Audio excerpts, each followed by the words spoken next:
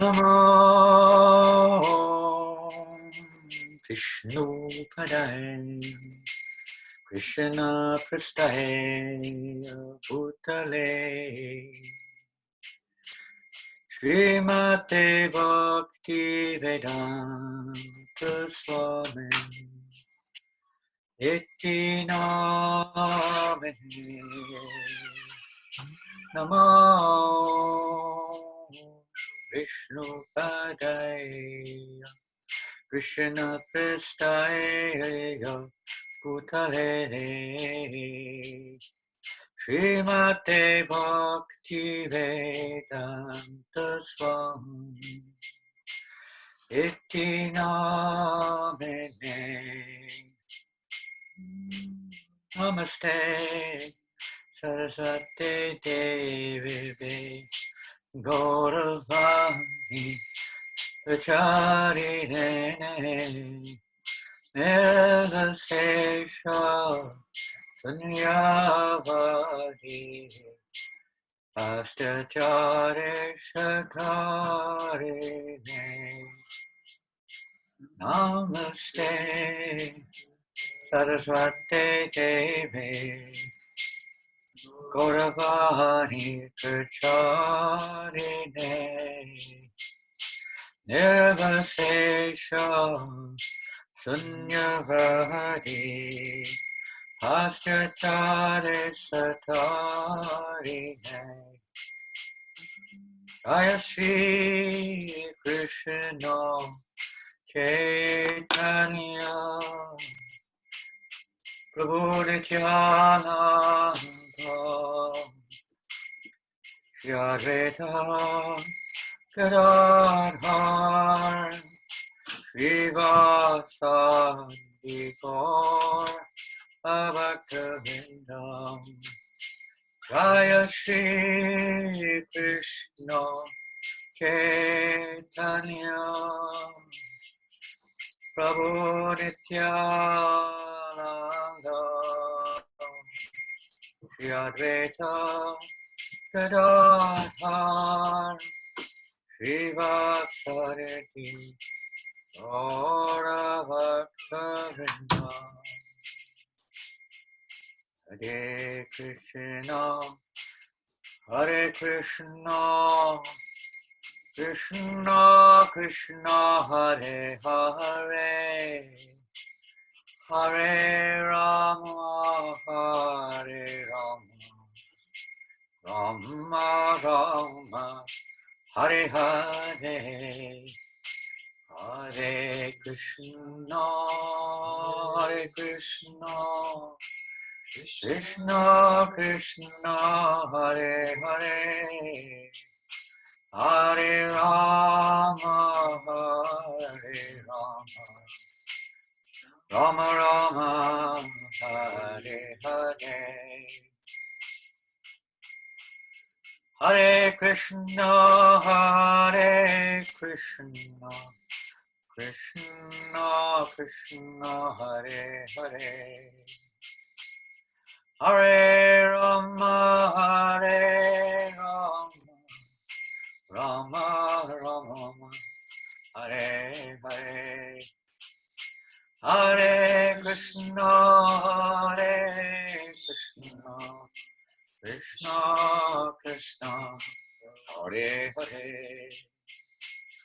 Hare Rama, Hare Rama, Rama Rama, Hare Hare, Hare Krishna, Hare Krishna, Krishna Krishna, Hare Hare, Hare Rama, Hare Rama, Rama Rama, Hare Hare, Hare Krishna, Hare Krishna, Krishna Krishna, Hare Hare, Hare Rama, Hare Rama,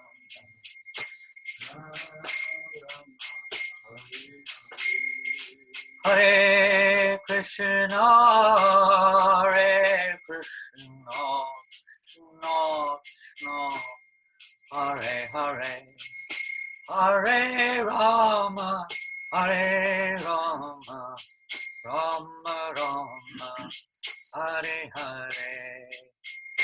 Hare Krishna, Krishna Krishna, Hare Hare, Hare Rama, Rama Rama, Hare Hare. Hare Krishna,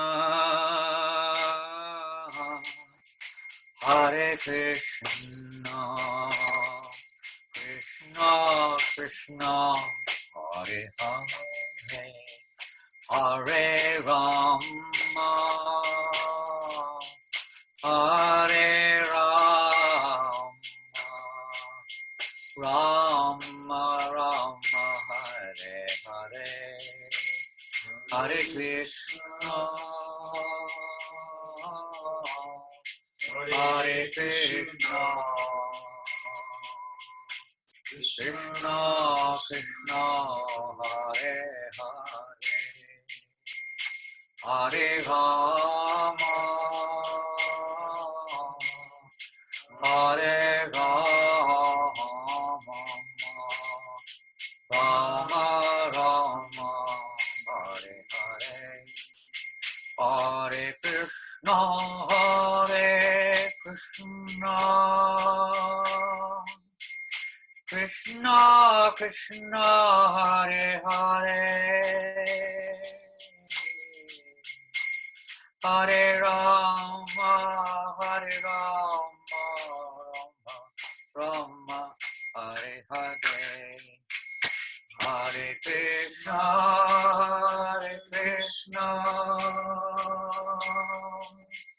Krishna Krishna, Hare Hare, Hare Rama, Hare Rama, Rama Rama, Hare Hare, Hare Krishna, Hare Krishna,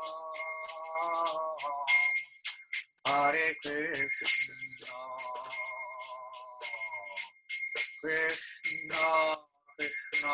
Hare Hare, Hare Rama, Hare Rama, Rama Rama, Hare Hare, Hare Krishna, Hare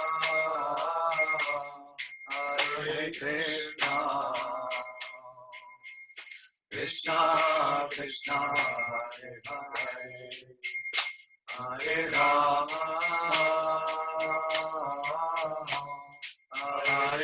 Rama, Rama Rama, Hare Hare, Hare Krishna, Hare Krishna, Krishna Krishna, Hare Hare, Hare Rama, Hare Rama, Rama Rama, Hare Hare, Hare Krishna, Hare Krishna, Krishna Krishna, Hare Hare, Hare Rama, Hare Rama, Rama Rama, Hare Krishna, Hare Krishna, Krishna Krishna, Hare Hare, Hare Rama, Hare Rama, Rama Rama, Hare Hare, Hare Krishna, Hare Krishna, Krishna Krishna, Hare Hare, Hare Rama, Hare Rama, Rama Rama, Hare Krishna, Hare Krishna, Krishna Krishna, Hare Hare, Hare Rama, Hare Rama, Rama Rama, Hare Hare, Hare Krishna, Krishna Krishna, Hare Hare,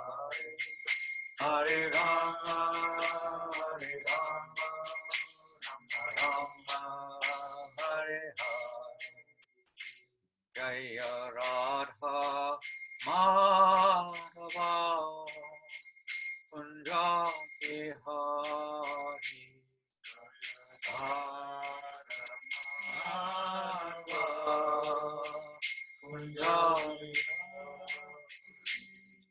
Jaya Radha Madhava Kunja Bihari Jaya Radha Madhava Kunja Bihari Gopi Janabhava Girivaradhari Gopi Janabhava Girivaradhari Gopi Janabhava Girivaradhari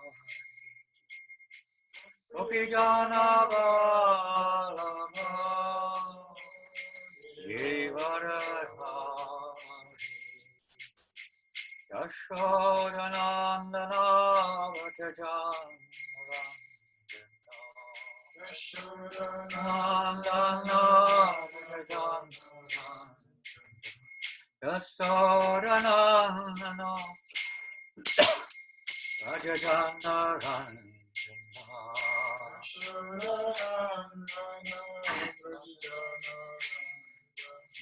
Shodanandana Rajajanarana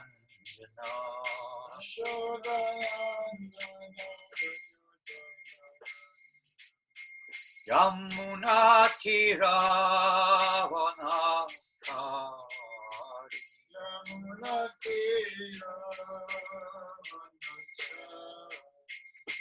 Yamuna Tiravanachari Yamuna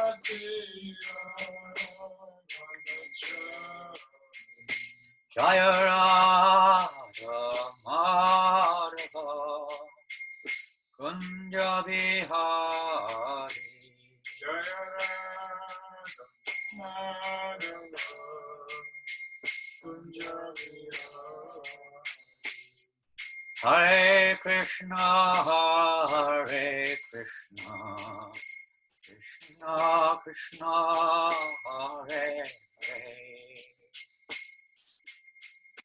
Hare Rama Hare Rama Rama Rama Hare Hare Hare Krishna Krishna Krishna Hare Hare Rama Hare Rama Rama Hare Hare Krishna Krishna Krishna Hare Hare Hare Rama Rama Rama Hare Hare Hare Krishna Krishna Krishna Hare Hare Hare Rama Rama Rama Hare Hare Hare Krishna Krishna Krishna Hare Hare Hare Rama Rama Rama Hare Hare Hare Krishna Krishna Krishna Hare Hare Hare Rama Rama Rama Hare Hare Hare Krishna Krishna Krishna Krishna Hare Hare Hare Rama Hare Rama Rama Rama Hare Hare Hare Krishna Krishna Krishna Hare Hare Hare Rama Rama Rama Hare Hare Hare Krishna Krishna Krishna Krishna Hare Hare Hare Rama Rama Rama Hare Hare Hare Krishna Krishna Krishna Hare Hare Rama Rama Hare Hare Krishna Krishna Krishna Hare Hare Hare Rama Rama Rama Hare Hare Hare Krishna Krishna Krishna Hare Hare Hare Rama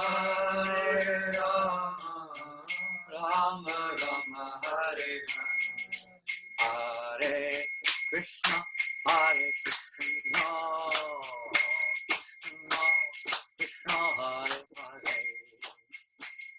Hare Hare Rama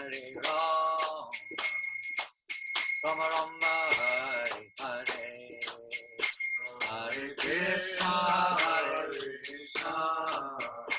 Krishna Krishna Hare Hare Hare Rama Rama Rama Hare Hare Hare Krishna Krishna Krishna Hare Hare Hare Rama Rama Rama Hare Hare Hare Krishna Krishna Krishna Hare Hare Hare Rama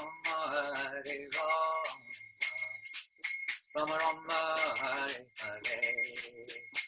Hare Krishna Krishna Krishna Hare Hare Hare Rama Rama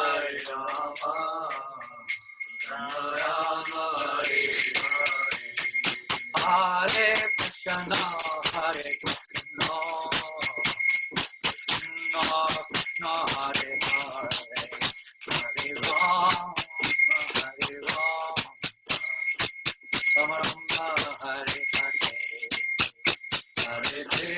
Hare Krishna Krishna Krishna Hare Hare Hare Rama Rama Rama Hare Hare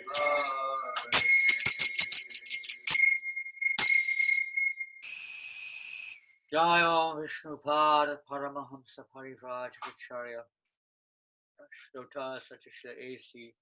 Bhaktivedanta Swami Prabhupada Ki Ananta Kota Vaishnava Namacharya Shri Haridasa Thakur Ki James Goho Sri Krishna Chaitanya Prabhu Nityananda Shri Advaita Gadadhar Shri Vasudi Gaur Bhaktivinoda Shri Radha Krishna Gopa Gopinath Shamakunda Radhakunda Giri Govardhan Shri Vrindavan Dham Ki Shri Mayapur Dham Ki Jagannath Puri Dham Ki Ganga Maya Ki Jamuna Maya Ki Tulasi Devi Ki Bhakti Devi Ki Samaveta Bhaktivinoda Ki Lord Chaitanya's Harinama Sankirtan Prihat Madanga Ki Shri Prabhupada Ki Shri Sri Gaurnitai Ki Gaura Premanandi Kantaraj Srimad Bhagavatam Ki all glorious to the assembled devotees all glorious to the assembled devotees all glorious to the assembled devotees All glories to Sri Guru and Sri Guru.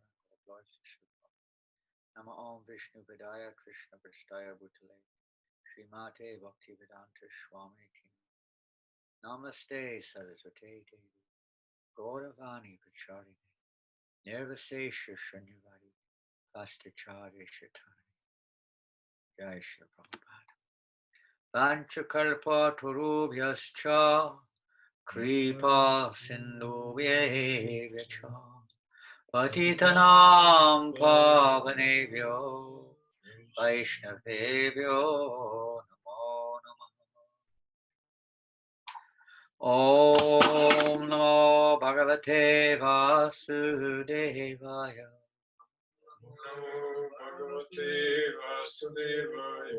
Om Namo Bhagavate Vasudevaya. Om Namo Bhagavate Vasudevaya. Om Namo Bhagavate Vasudevaya. Om Namo Bhagavate Vasudevaya. Hare Krishna. Well, good morning, good afternoon, good evening, whatever it is in your part of the world. Today we're in Paris, and we'll be continuing reading from the Srimad Bhagavatam, 3rd Canto, Chapter 25, text number 25. We have the book there, please. So the verse is now coming on the screen. Continuing the teachings of Lord Kapila Dev to Mother Devhuti. And this verse is possibly the most famous or most known verse in this section. Prabhupada quotes it many, many times. Lectures, in purports, conversations, etc. So please repeat. Satang prasanga mamma Vyasangvido Bhavanti Kritkarna Rasayanaha Kataha Tajoshanad Ashu Apavaga Vartmani Shraddha Ratir Bhaktir Anukramishati Satam Pasangan Mama Virya Sangvido Avanti Vitkarna Rasayana Kataha Tajoshanada Shrapavarga Vartmani Shradharatir Bhaktir Anukramishati Satam Prasanga Mama Virya Sangvido Bhavanti Vitkarna Rasayana Kataha Tajoshanara Shrapavarga Vartmani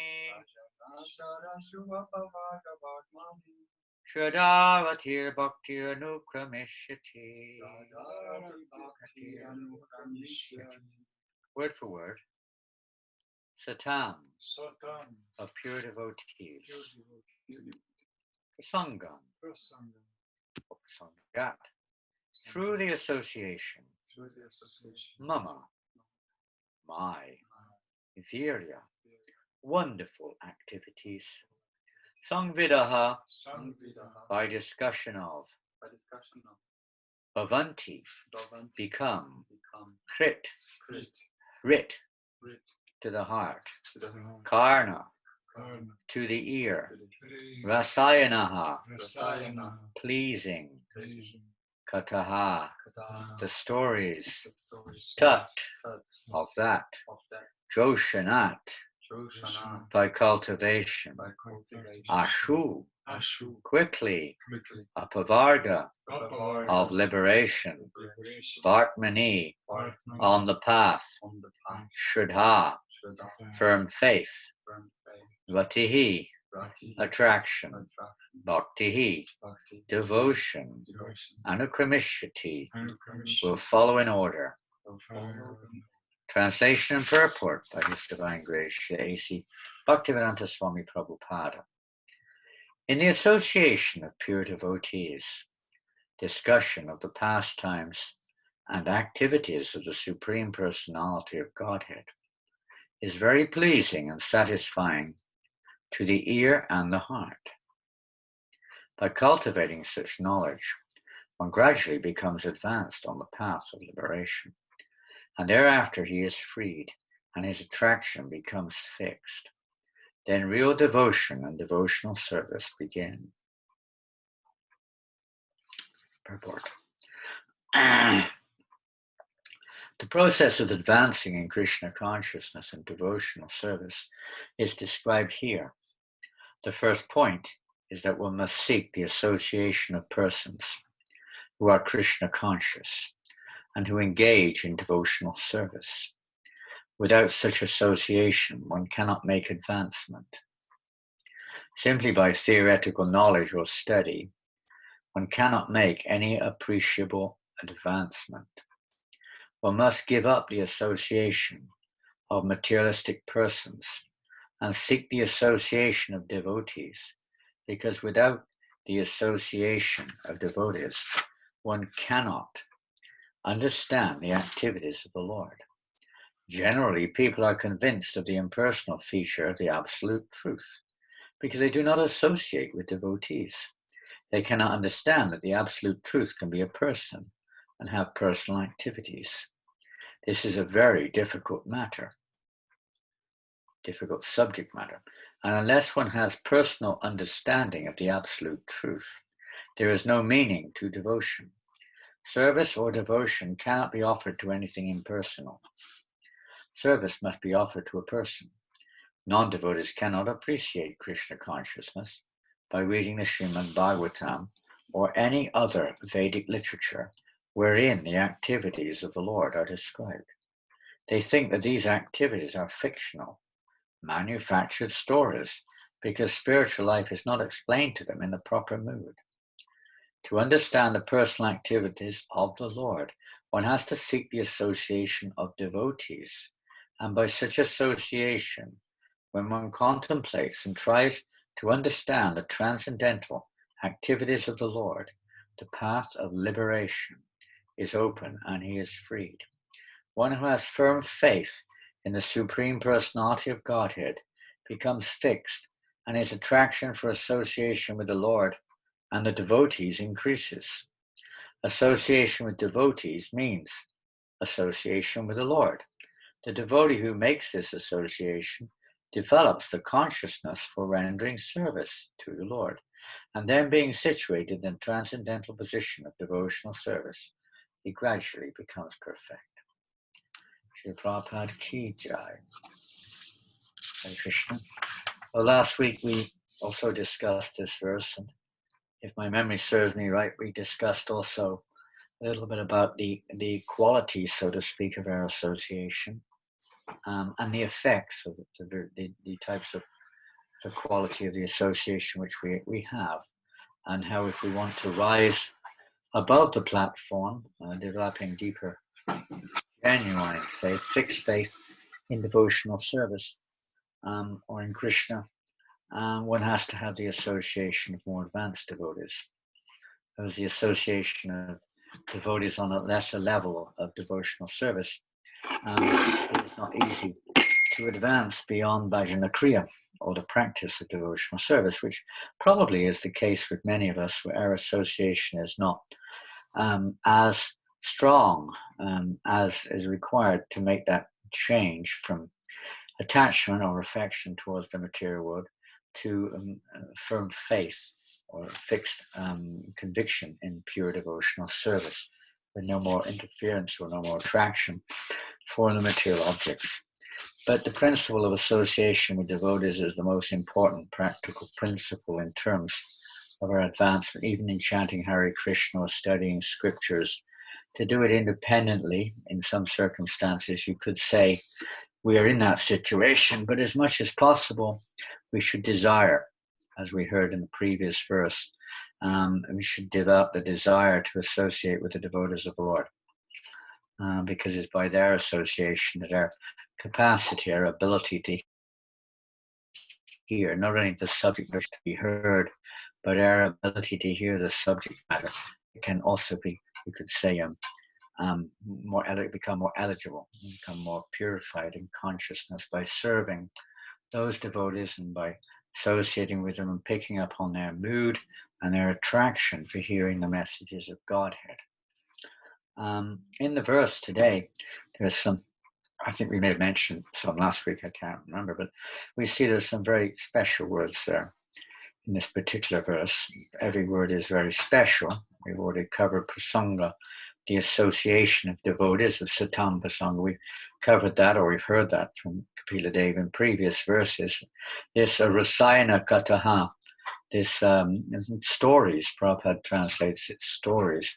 And for most people it is a story, and story in many cases is equated to some kind of myth or some, not something fictional or something like that. But these stories are absolute, they're real. They're not just, somebody's made up ideas or something temporary related to the material world. These pastimes of Krishna are eternal. They're going on eternally. They're not just something that just happens once and that's it. These pastimes are the eternal pastimes of the Lord. Unlimited pastimes, eternally, all going on eternally, inconceivable to our material experience. This is the nature of the absolute. This knowledge, which eludes most people because of bad association. They get association of persons who are not in devotional service, and consequently they get a non-devotional understanding of the meaning of the pastimes of the Lord. Srila Prabhupada gave us the Krishna book in ISKCON. Practically speaking, it was the first major big book that came on the scene. I think maybe Teachings of Lord Chaitanya Nectar Devotion may have come out just before Bhagavad Gita was in a small version. But in many ways, the Krishna book, at least in the Bhagavatam, as far as the public is concerned, the Krishna book, Prabhupada summarized the 10th canto, which is, in one sense, the essence of the Bhagavatam in terms of subject matter, to come to that point of eligibility to associate with the pastimes of Krishna through the media of the pure devotee of the Lord. So Prabhupada made that available to people in general, not just devotees. The Krishna book was distributed en masse. And why? Because Prabhupada wrote a summary in such a way that it could be digested even by ordinary persons.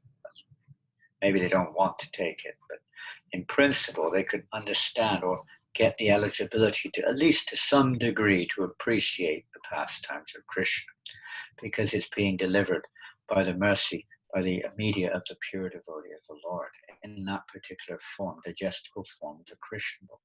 And Prabhupada wanted us to distribute this everywhere, the Krishna book, the life pastimes of Krishna on this planet, summarized, because as we heard last week, the effect of hearing the stories of the pastimes of Krishna is the path of Vatman, is the path of, as mentioned in this verse here, Apavarga Vartmani is the path of liberation.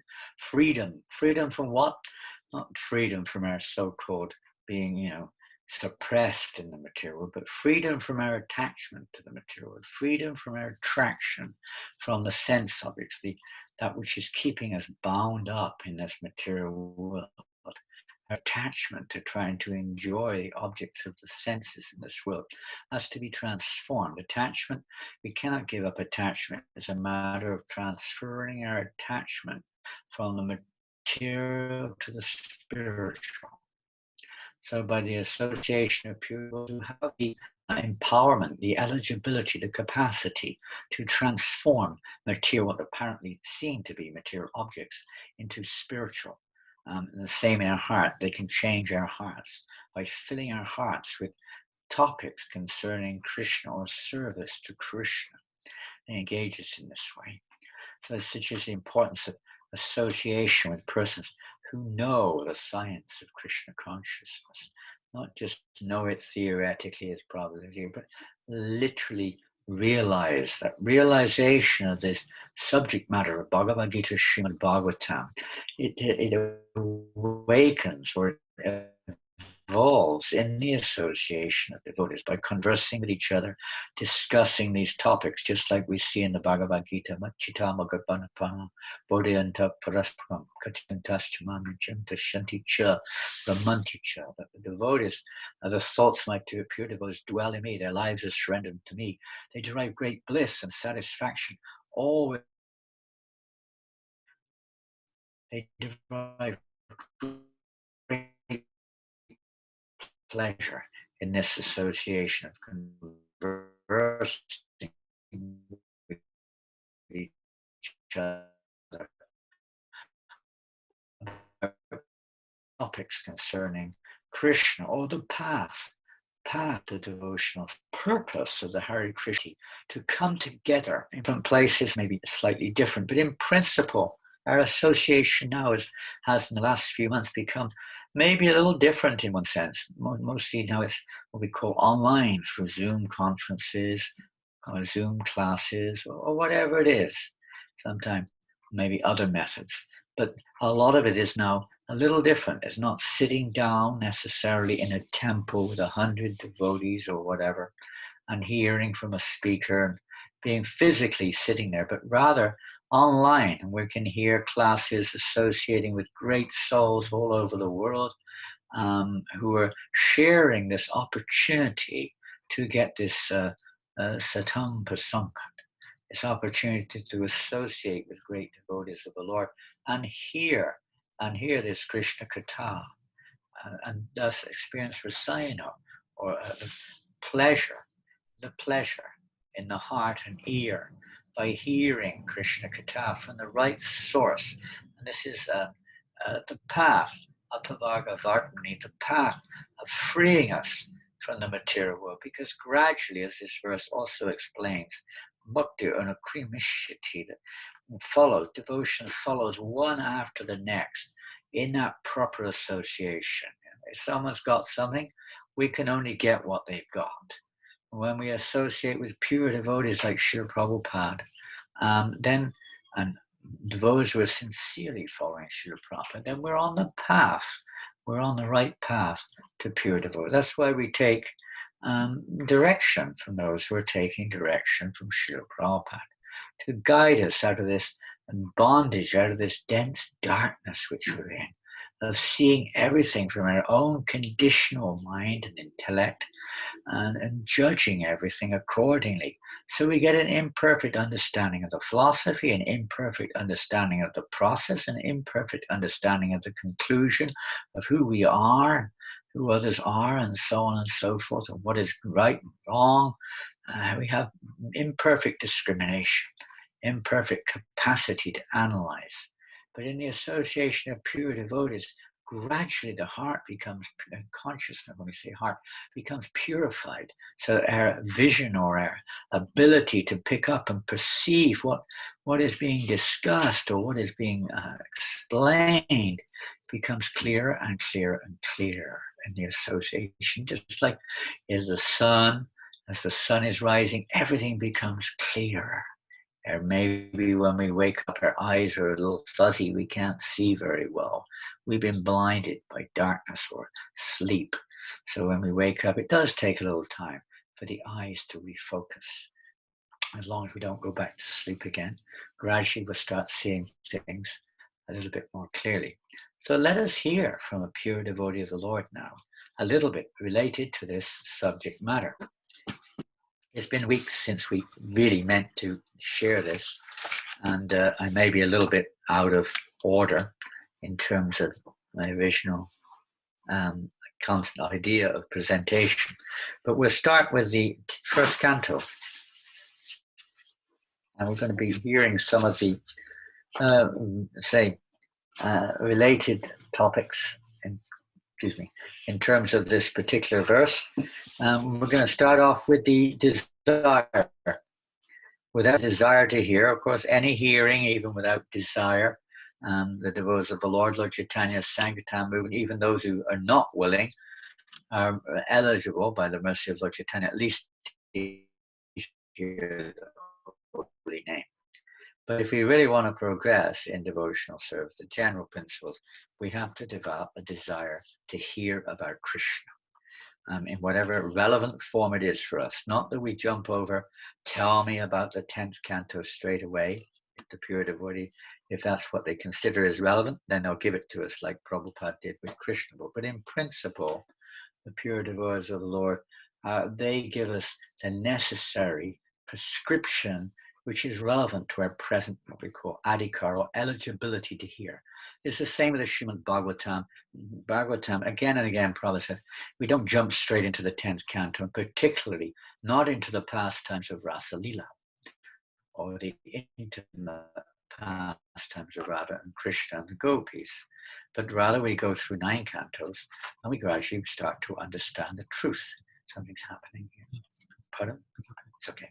The truth regarding the various Krishna, his various forms, the tattva of the Absolute, and so on and so forth. And by the association of great devotees such as Prahlad Maharaj and so many others, we gradually become free of anarthas.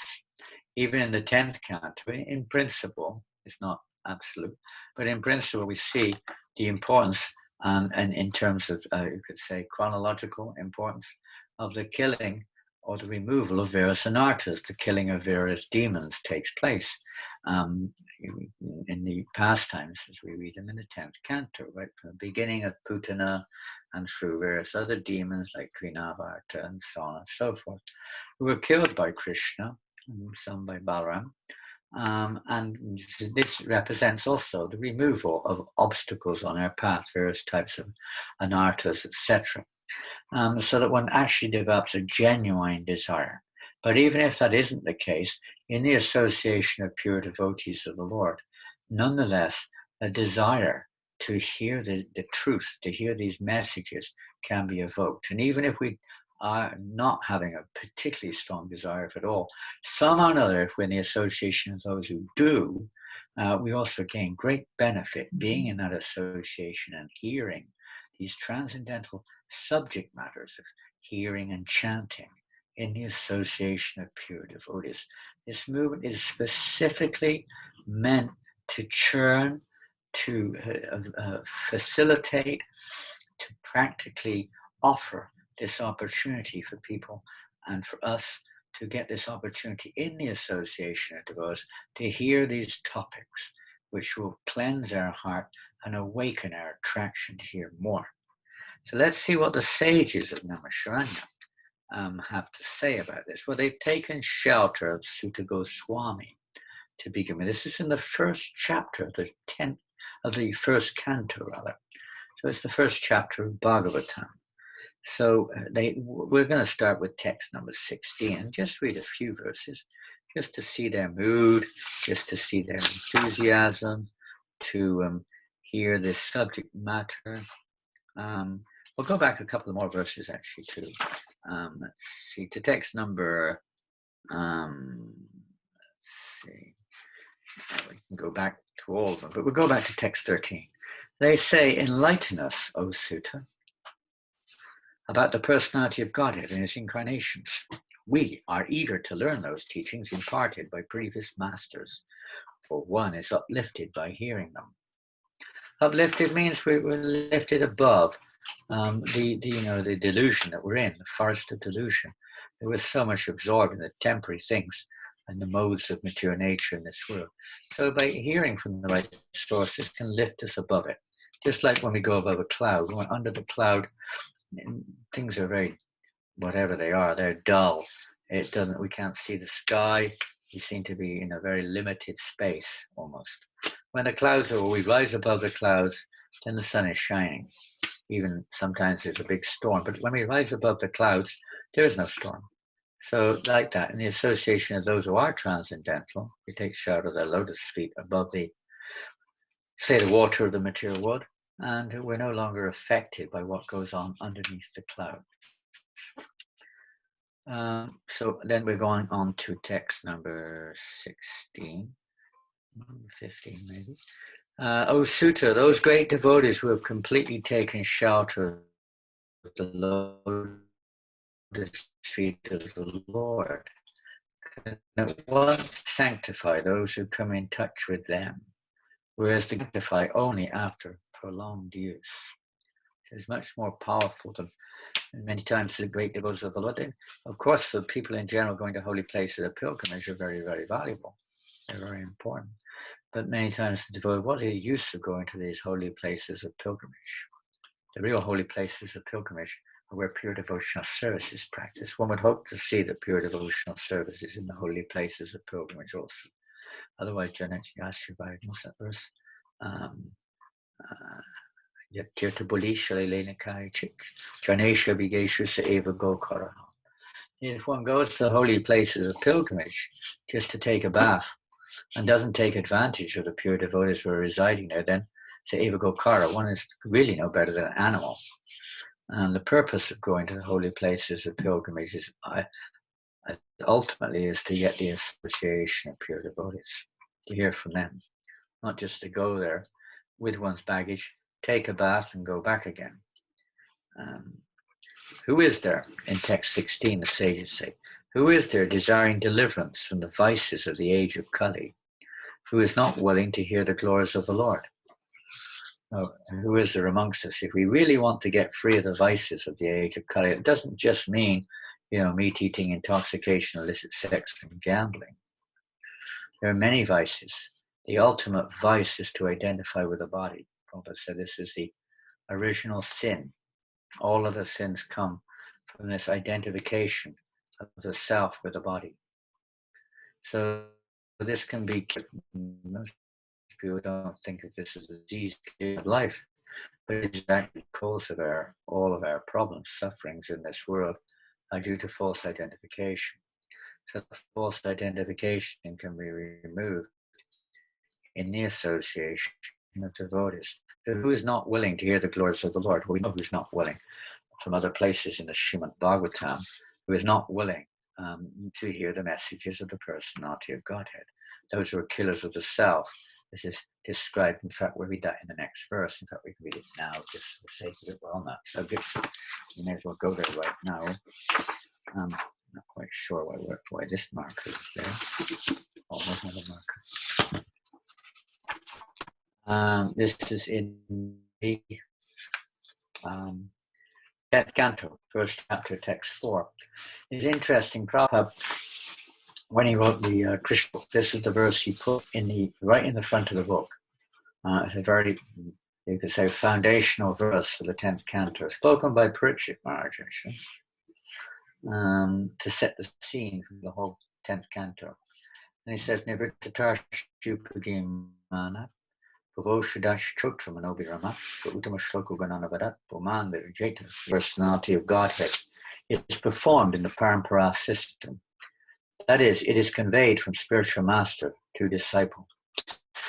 This glorification is relished by those no longer interested in the false, temporary glorification of this cosmic manifestation.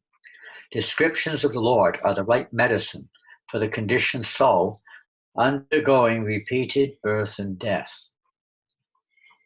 Therefore, who will cease hearing such glorification of the Lord, except a butcher or one who is killing his own self? And the purport to the 3rd canto verse we read today by Kapila Dev describes those who are trying to kill the self as the impersonalists, those who hear from Mayavadis, whoever they may be. They may come over sometimes as Vaishnavas, but their bottom line is impersonalism, merging into God, becoming one with God, etc. When we hear from them, this is the meaning of killing oneself, basically speaking, because we're denying our constitutional position. There will be no rest there. There will be no actual relish from hearing the subject matter if we don't hear from Nivritta Tarshir, as this verse. Those who have Tarshir means lust or material activities, and Nivritta means freed from. Those who are freed from all lusty desire. Lusty desire is not just a sexual, urge beyond norms. It's actually the very concept of seeing oneself as the enjoyer of Krishna's energy. So those who are freed entirely from that, if we hear from them, then we can be delivered, and we can be freed. Otherwise, if we hear from those impersonalism or Mayavad philosophy, although it appears to be freed from the modes of material nature, is far, far freed from self-centered desire. Is the epitome of material, or I say material, is the epitome of selfishness, because one is seeing oneself in the center as the all in all. And the material world, we're trying to achieve that, but it's impossible in this material world to reach that point. We try, we endeavor to be the center of everything. But the Impersonalist school actually concludes that that is the ultimate liberation. Apavaga, this is their Apavaga Vartmani, their path of liberation. It does go no further than that, because they are not willing, because of animosity, envy in the heart, etc., pride. They're not willing to hear, or they're not able to hear properly from the pure devotees of the Lord. Those who are actually purely Nivritatashaya. Those who are freed of all affinity to see anything other than Krishna, and everything is for Krishna, etc. So we have to hear from such persons. And if we don't, descriptions of the Lord are the right medicine. The pure devotees give us the right medicine for the conditioned soul. Undergoing repeated birth and death, we may not consider this as even a reality that we're undergoing repeated birth and death. But whether we do or whether we don't, we are. And this is the actual problem, Prabhupada says, to cure birth, death, disease, and old age. But most people are aware of some of that, but they don't see it in its proper perspective, and they want to cure maybe old age also, and death, certainly disease. Birth, well, you don't really think like that. There's nothing to cure unless you're born. There's nothing to think about. So they don't understand this samsara cycle, this reincarnation, or whatever you want to call it, this perpetuation of life from one body to the next. They maybe don't accept it for various reasons, or don't understand it, because they don't hear it from the right source. But they're bound up in this cycle, and to get free of this cycle of repeated birth and death and consequent suffering therein, the association of devotees, pure devotees, those who are free from it, is absolutely essential. So who which foolish person will not want to hear this subject matter? It would be a complete fool. It's so easy. And we are fools. We're all basically in a state of mad condition of life, still, because we're identifying ourselves with the material world. And whatever comes from that. So who will not relish hearing these messages, except for those who are butchers? Those who are butchers. Butchers doesn't just refer only to persons who are literally butchers. We're all in that category. We're still attached to trying to enjoy, is a form of envy, trying to enjoy the bodies of others, whether it's physical or whether it's through the mouth, through eating, or whatever it is. But this mentality of seeing oneself, that this is for my enjoyment, this is for my enjoyment. So the material concept, the material world is for my enjoyment, or those who are killers of the self, the material world, forget it, it's an illusion, just become one with God. These two are the major, you could say, obstacles on the path to pure devotion. It's bhoga, material, desire for sense enjoyment, and moksha, is desire for liberation. These are the two greatest obstacles on the path to devotion. So Krishna Katha is very simple. Bhagavad Gita said Krishna is the Supreme Personality of Godhead, and he himself explained, "Oh Arjuna, there's no truth superior to me. Simply by understanding this fact that Krishna is the Supreme Personality of Godhead, one can become liberated. Liberation stands at the doorstep of a devotee. It's just like a maidservant. It's not like it's the goal. It automatically comes when we're absorbed in devotional service to Krishna. Very simple. But especially in this age, because people are interested in hearing Bhagavad Gita from unscrupulous persons who depart from the simple presentation and distort it for their personal satisfaction, they fail to derive the real benefit. So they're unfortunately associating with killers of the soul. It can't never kill the soul, but it kills the actual, you could say, essential constitutional opportunity which we have to awaken our constitutional relationship with Krishna. Covers it over. We'll continue from the sages now. So they say, who is not willing to hear the glories of the Lord? Who isn't willing? Well, I guess all of us have a little bit of challenge there sometimes, at least I do. You know, we think there's some more important things to do. There are many things to do in life, there's no doubt. We do have our duties. We may have to work to maintain our families. We may have to study to get appropriate eligibility to work or whatever we think we have to do. We may have family responsibilities, social responsibilities, but ultimately all these responsibilities are temporary, and they should be facilitate or favorable to awaken our real responsibility, which is our relationship with Krishna, to awaken our relationship with Krishna. This is the real goal. Not just to enhance our relationship with the material world, but if that helps us to enhance, to see Krishna's presence in everything we do, and to aspire and desire Krishna. Maybe it's out of various impetus. Sometimes it's fear, sometimes it's depression, sometimes it's frustration, sometimes it's anxiety, whatever it may be. We turn to Krishna. Then there's some value there, you could say. It may not be in the right pure mood of loving affection, but at least it's having that effect of helping us to turn to Krishna when material desires come into our hearts. Krishna, Krishna. When we're in danger, Krishna, Krishna. When we're under pressure, Krishna, Krishna. If some or another, it helps us to become. So in that sense, we can say there's some purification is taking place. We're turning to Krishna instead of just turning to the mundane methods of dealing with the subject matter, but we turn to Krishna. And that's the idea. That in every situation, we turn to Krishna. And when we're in the association of devotees of the Lord, generally speaking, there's no other term. In their association, everything is seen in the light of Krishna. So they open our eyes, which are blinded with the darkness of ignorance, with the torchlight of knowledge. And they'll give us the appropriate medicine to slowly, gradually help us to open our eyes and see things clearly. It may be practical sadhana, some particular service, or whatever, something relevant to us. We're going to the next verse. His transcendental acts are magnificent and gracious, and learned sages like Narada sing of them.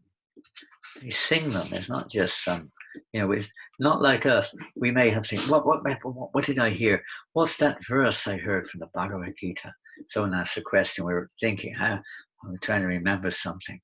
The pure devotees are constantly, they've seen the truth.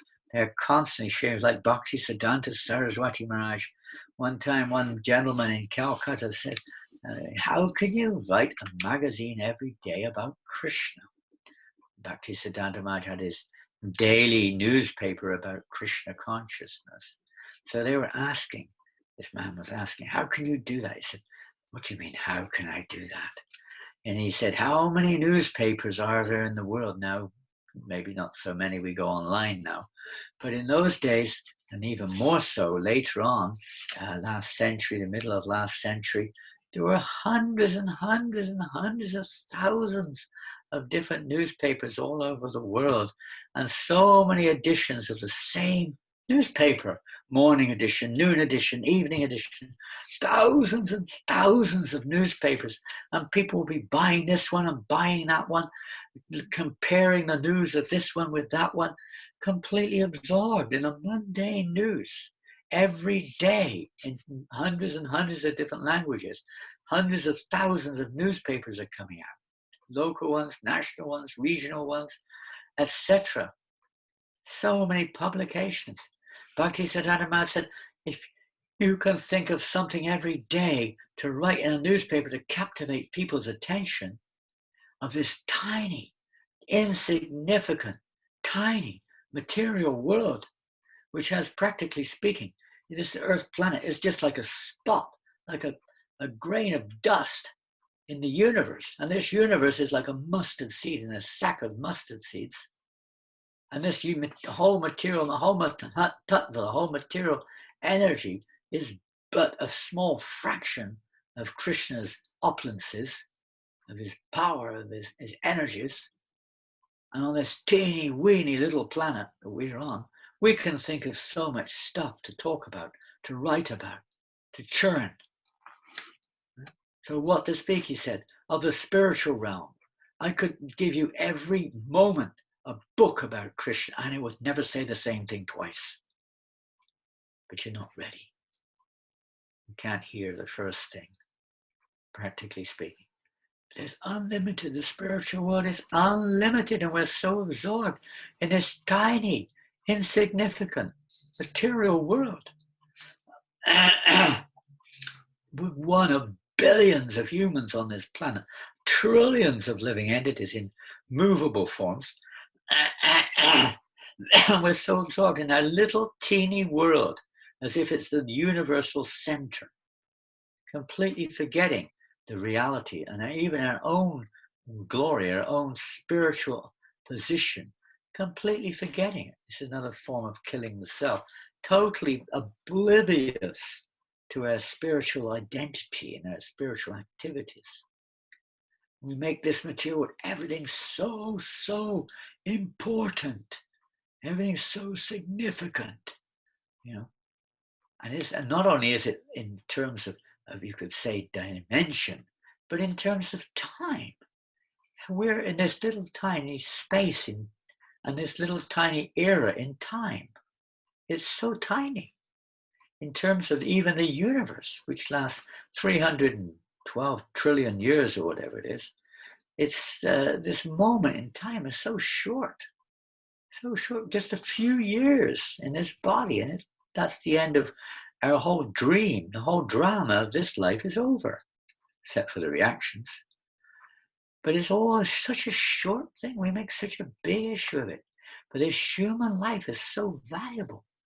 And it's just unfortunate that we spend almost all of our energy trying to make the body comfortable, trying to enjoy the world around us, trying to interact over mundane topics, and which affect us so much, left and right. So many people are very afraid right now. Some people are paranoid about the present situation of the world, either what it is now or what it may become in the future, etc. They're absorbed in it, not seeing it for what it really is, and not seeing the benefit of such a situation. How this can be such an impetus for us to really become more serious about Krishna consciousness, more serious about our chanting and hearing. We're very serious to hear and chant about ourselves or about the world situation, if that's our topic of interest, but we're not so serious about chanting the holy names or about hearing Srimad Bhagavatam from the right source. If we could just become more serious, then this situation will be a very favorable situation for being Krishna conscious, which is the purpose why Krishna is allowing all this to go on right now, to give us this opportunity to become more serious about Krishna consciousness. Yes, karma is there, but that's not the most important factor. That goes on automatically. It's to give the devotees and ultimately the people in general more of an opportunity. Wake up. Now, wake up. We may realize now that this world is samasataye padapalababam mahatpadam punya yashomarari, is a dangerous place. And unless we take shelter of Murari, the Lord, the killer of the Murari demon, unless we take shelter of Krishna, then there's no way out. There's no way out. We're stuck. We have to take shelter. Krishna alone can deliver us, but we have to hear about him from the right source. We have to chant and hear about Krishna. Hare Krishna, Hare Krishna, Krishna Krishna, Hare Hare, Hare Rama, Rama Rama, Hare Hare. I was listening to a lecture of Srila Prabhupada early this morning, very early this morning. And Prabhupada was saying, not like this, not like that. You will not get anywhere doing that. Hare Krishna, we have to call to Krishna, not Gidi Ram Ram. We have to call to Krishna. Hear Krishna. Krishna says, if you don't hear me, Bhagavad Gita, have you heard me with an attentive mind? If you don't hear me, Arjuna, you will be lost. You will be driven by your false ego to act whimsically. We have to hear Krishna, hear the subject matter of Krishna Katha, hear the instructions of Krishna from the right source in the Bhagavad Gita and elsewhere, through the media of the pure devotees of the Lord. The sages go on. Please, therefore, so the great devotees, they sing, they don't just speak, they automatically sing. When you love somebody, when you love something, you can automatically, you want to express it through song, through action, whatever it may be. Therefore, please speak to us who are eager to hear about his adventures, which he performs in his various incarnations, eager to hear this Lolyam Rupa Goswami, this Lala Samai, this eagerness to hear the topics is the price of Krishna consciousness, Prabhupada writes. To become eager to hear, to become eager to serve. Maybe in the beginning, the Bhajana Kriya stage, there's a lot of practical eagerness to do a particular service because of our present conditioning, you could say. We may be attracted to certain services. That's fine. If it's within possible reach, it's fine. We can do that. But ultimately, eagerness to hear about Krishna, not just if that service is there, I'll do it. If it's not, I won't. And I'll only do this service. We're very conditional in our efforts to become Krishna conscious sometimes. So at the beginning, that may be fine. It may be very good. But we should go a little bit beyond that if we really want to get, the path of devotional liberation, not just mundane or freedom from suffering or personal liberation, but love to awaken, as the verse in the third canto was describing, a gradual, real devotional service begin. As we heard last week, that means prema, to awaken our love for Krishna. We have to go beyond the conditional stage. Devotional service is hoitikiya pratiyata. It is unconditional, unmotivated, uninterrupted. Only that service will completely satisfy the self. So in the association of those who have that quality, then that may come, that we can develop that. We've got to keep that association as much as we can.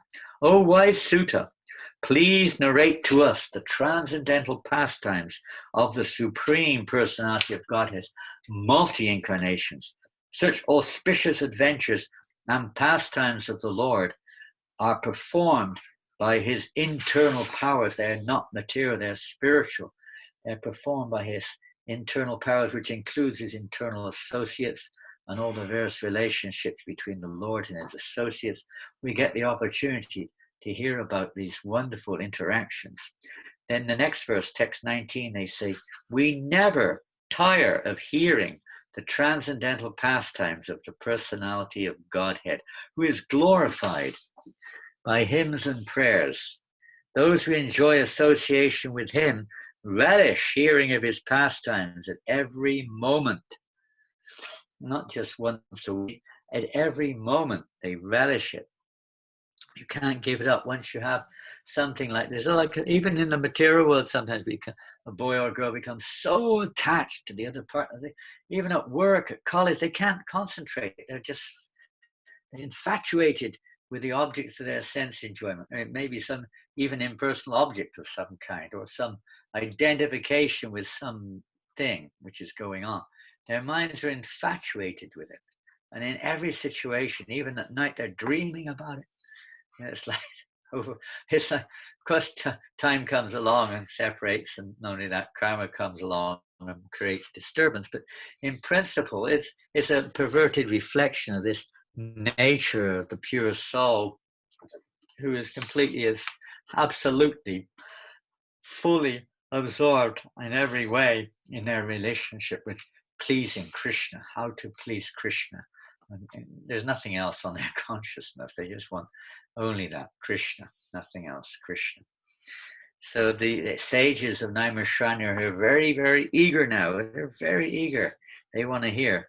And they're okay, at a certain stage, one will enjoy. When we use the word enjoy, usually we refer to some selfish kind of pleasure from the mundane platform.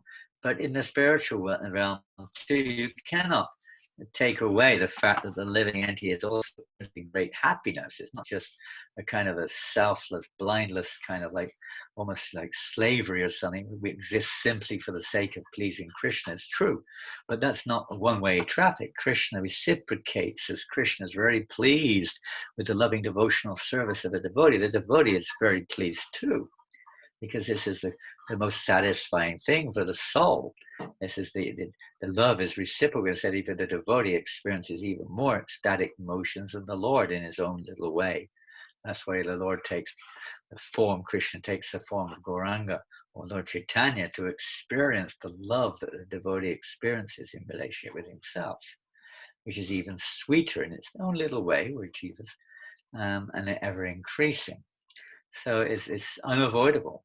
We're part and parcel of Krishna. We also have the same capacity or nanda, enjoying or pleasure, nanda moya vyasa, the pleasure experience, the pleasure potency of the Lord is also endowed there in the jiva, perverted in this world.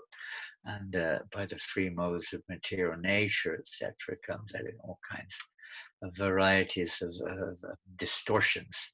And suffering is also, of course, the most prominent factor which comes from it, because it's a falsity for the soul to try to experience pleasure in a temporary world without Krishna. So they enjoy association with him, relish hearing to Shanti Chara, Manti Chara, as Krishna says in Gita. They relish hearing of his pastimes at every moment. Sanjaya in the Bhagavad Gita also speaks like this. His hair standing on it. He relishes hearing this message over and over again. It never becomes, dry. It never becomes, static or staid or anything like this. It's ever ecstatic. Each time one hears the subject matter, it becomes sweeter and enters deeper into our consciousness, closer to the soul. Maybe the last two verses here. Yep. Lord Sri Krishna, the personality of Godhead and Balaram, played like human beings, and so mass they perform many superhuman acts.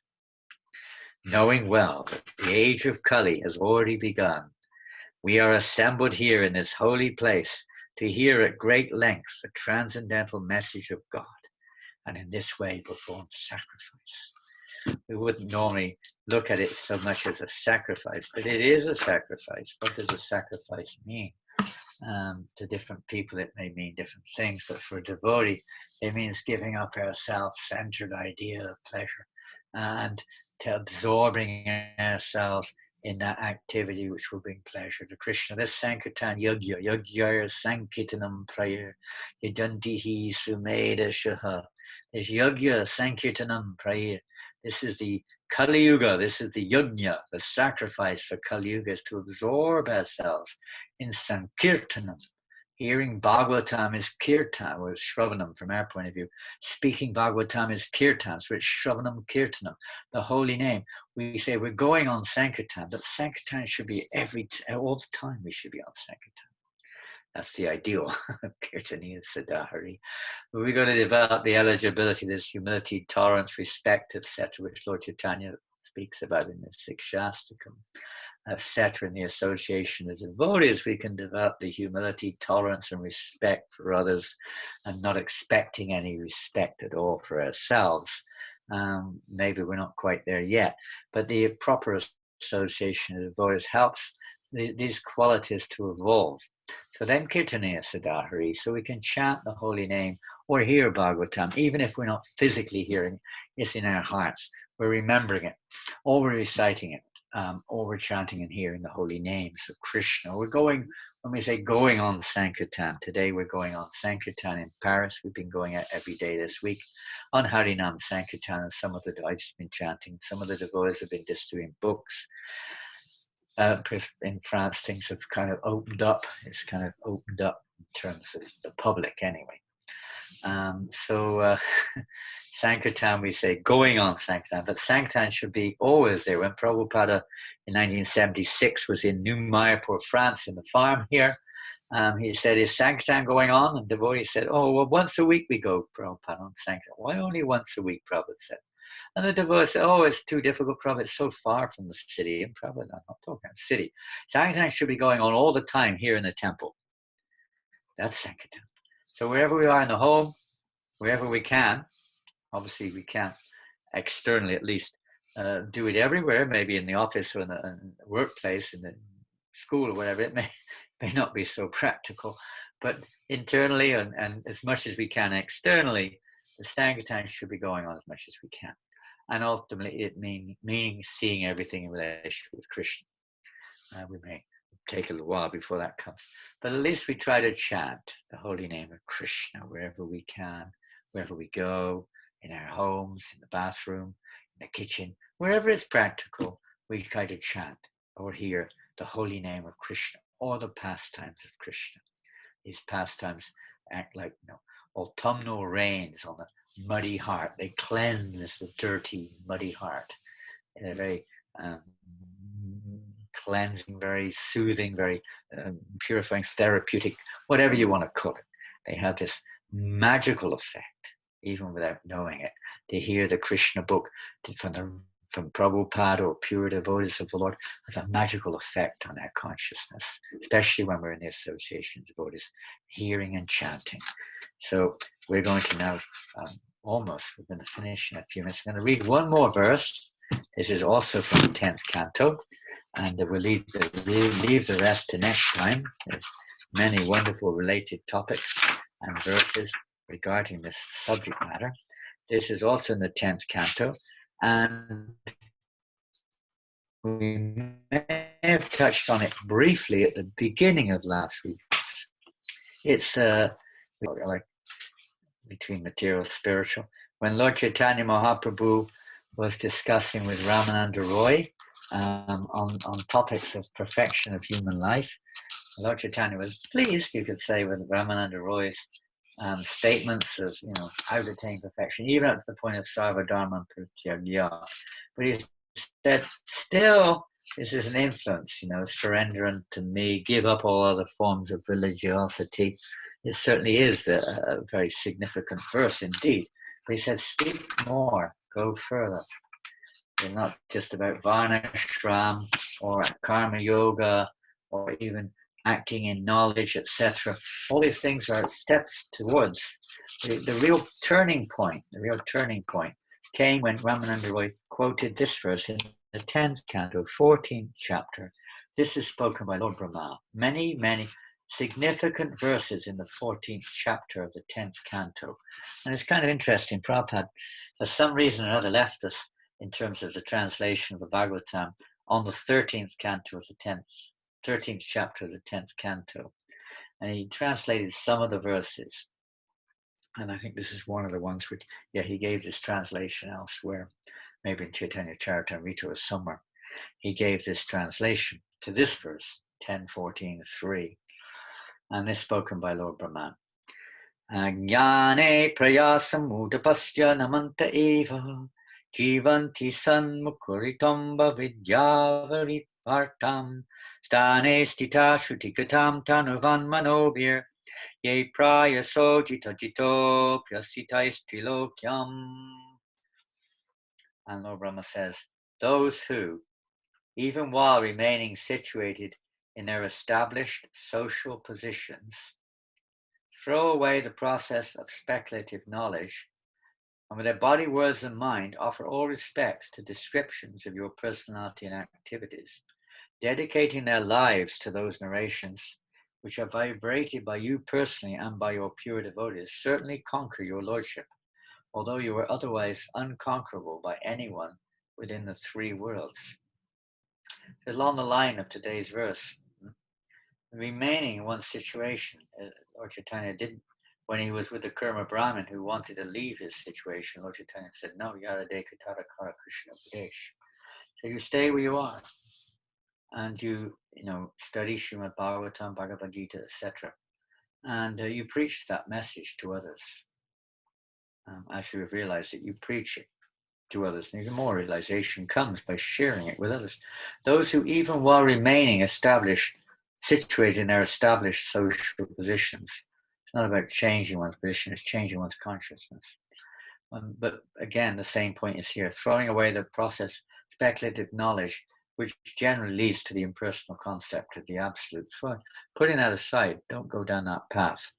And with our body, words, and mind, in the dedicating our body, words, and mind, body, words, and body, mind, and words, BMW, giving everything and all respects to descriptions of your personality and activities. All respects to those. I mean, it's not like we're kind of like all the time going, I offer my obeisances to the pastimes of Krishna. That's also kind of nice, but it means giving our consciousness, giving our attention, giving our time. To offer respect to somebody, we have to give time. We have to be attentive to what they're saying. And if we're talking to somebody and we're not attentive, they know it. And it basically means we don't respect them. So in terms of Krishna, the same thing. Subject matter is there, but we're not paying respect. We're not hearing it. And even if it's being spoken, we're not being attentive. So paying respect to descriptions of your personality and activities, dedicating their lives to these narrations. The narrations may be a practical direction for us in our lives. Prabhupada says that the instruction of the spiritual master is life and soul of the devotee, which are vibrated by you personally and by your pure devotees. So they're vibrated by the Lord personally. We have Bhagavad Gita, the pure devotees, Srimad Bhagavatam, and many other texts have been given there, Goswamis and others. They certainly conquer. Krishna is conquered.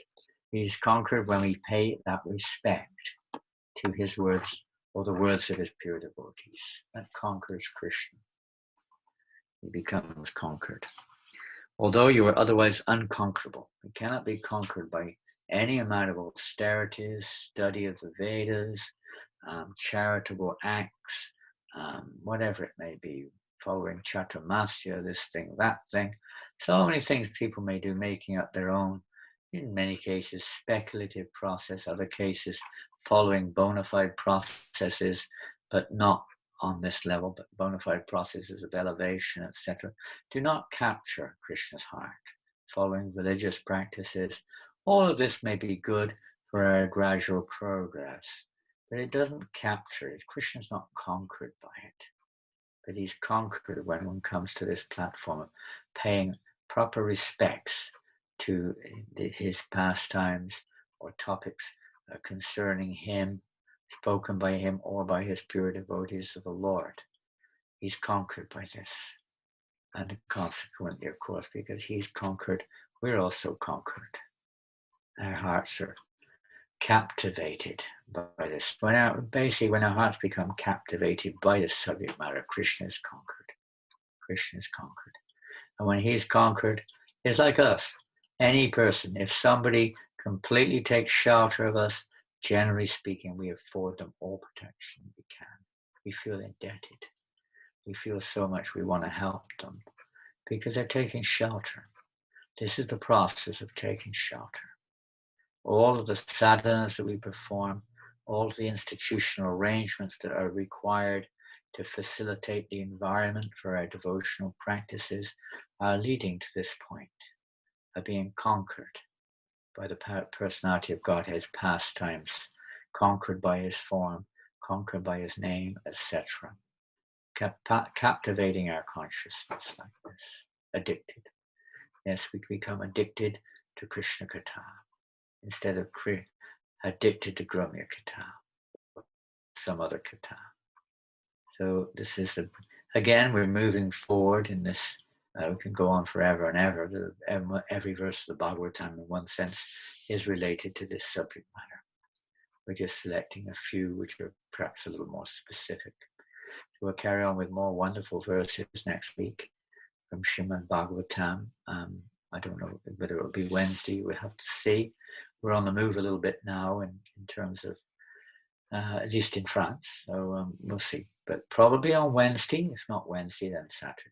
We'll carry on. Jai Srila Prabhupada ki jai. Srila Bhagavatam ki jai. So maybe some questions are there. Let's see.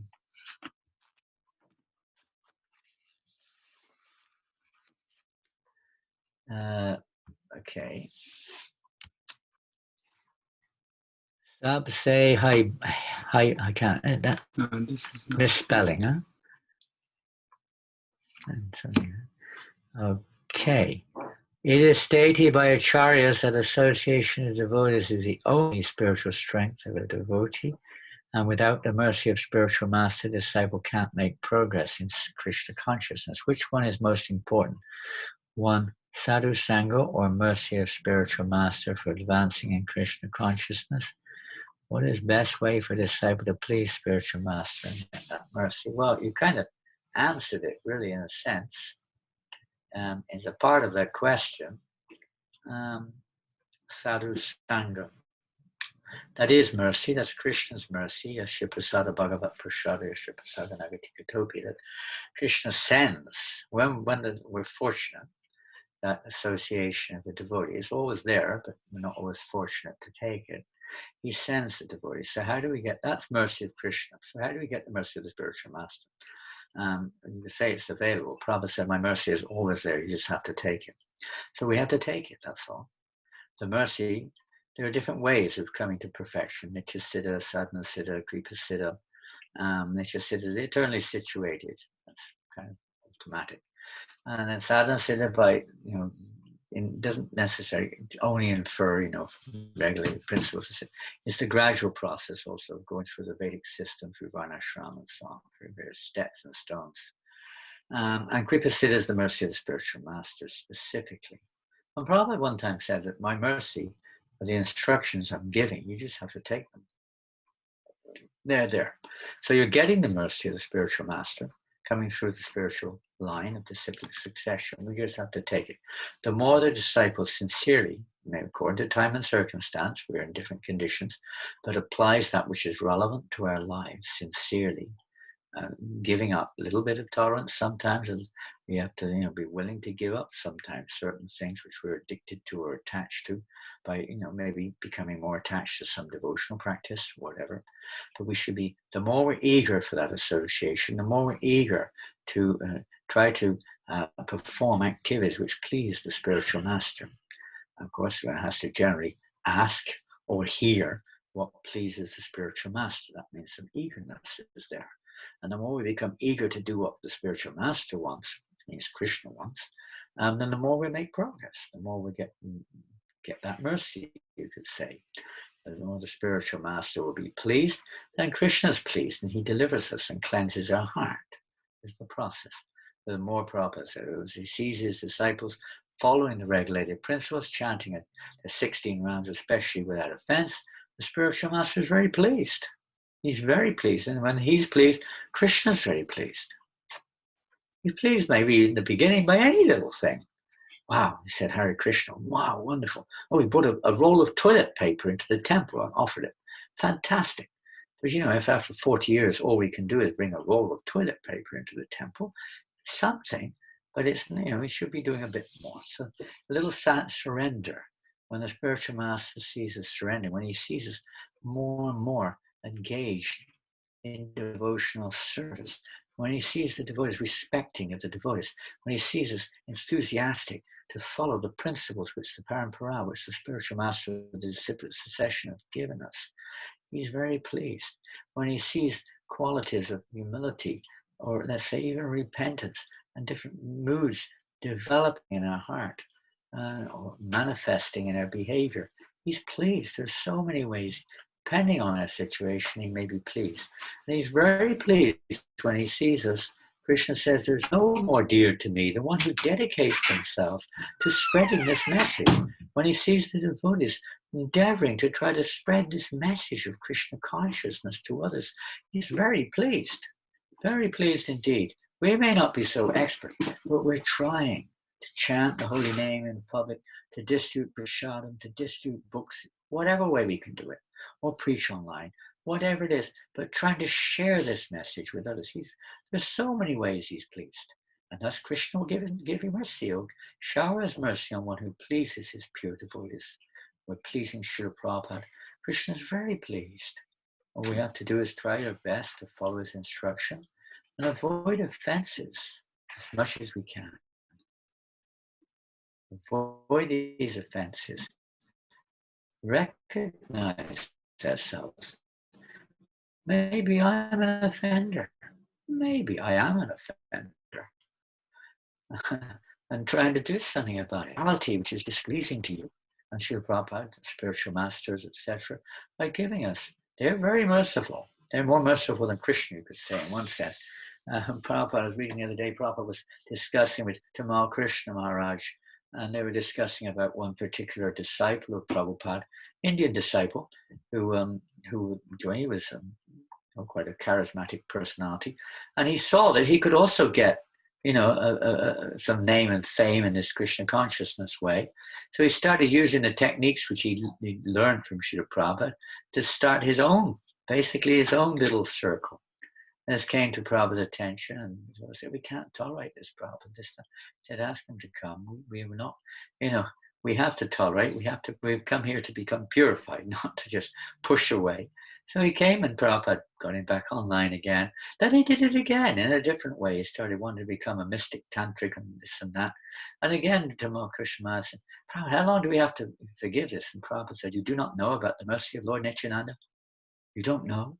Lord Nityananda is so merciful. We're followers in the mood of Nityananda. He said, we'll never give up showing this mercy.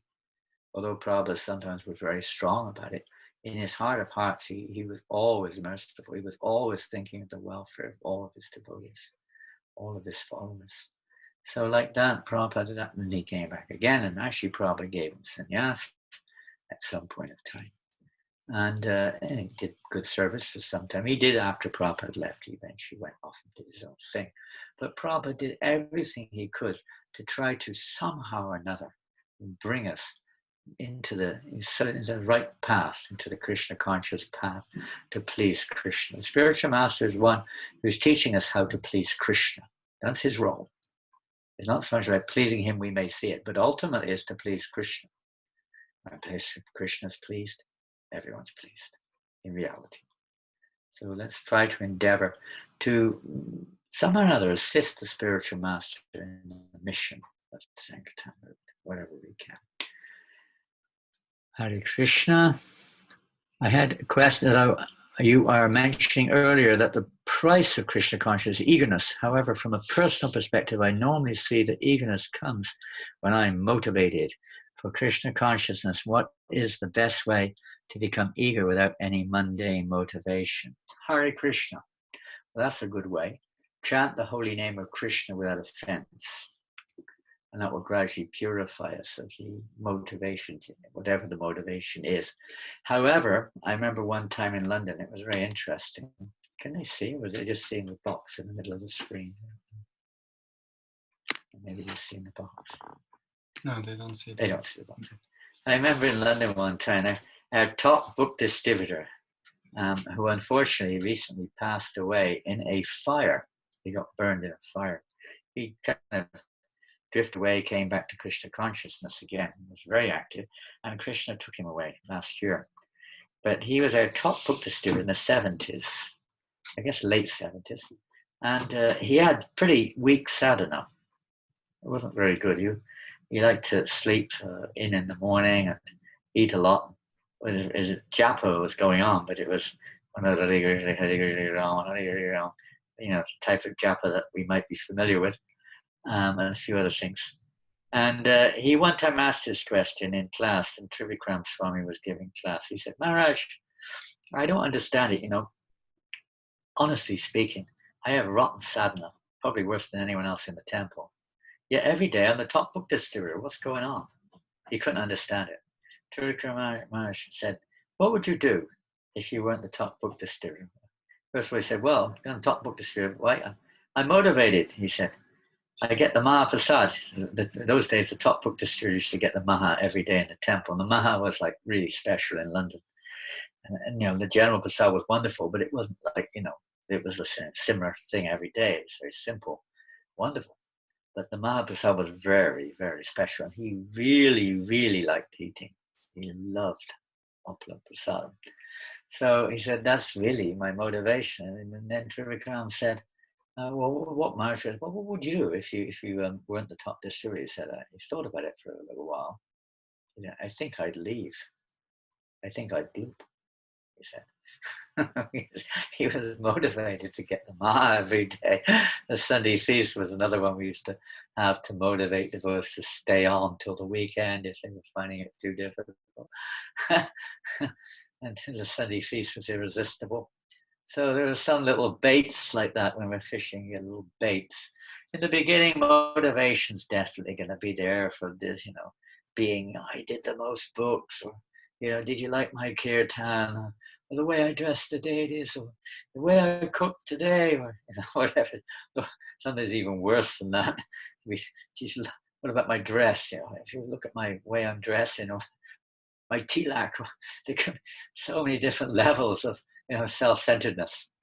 Again, how do we cure this? Well, one you already mentioned was the chanting the holy name without offense is one process, and you could say that the internal process, especially trying to hear the holy name of Krishna, will purify us of all these motivations associating with those who haven't got ulterior motives, etc. Praying for the mercy of Krishna.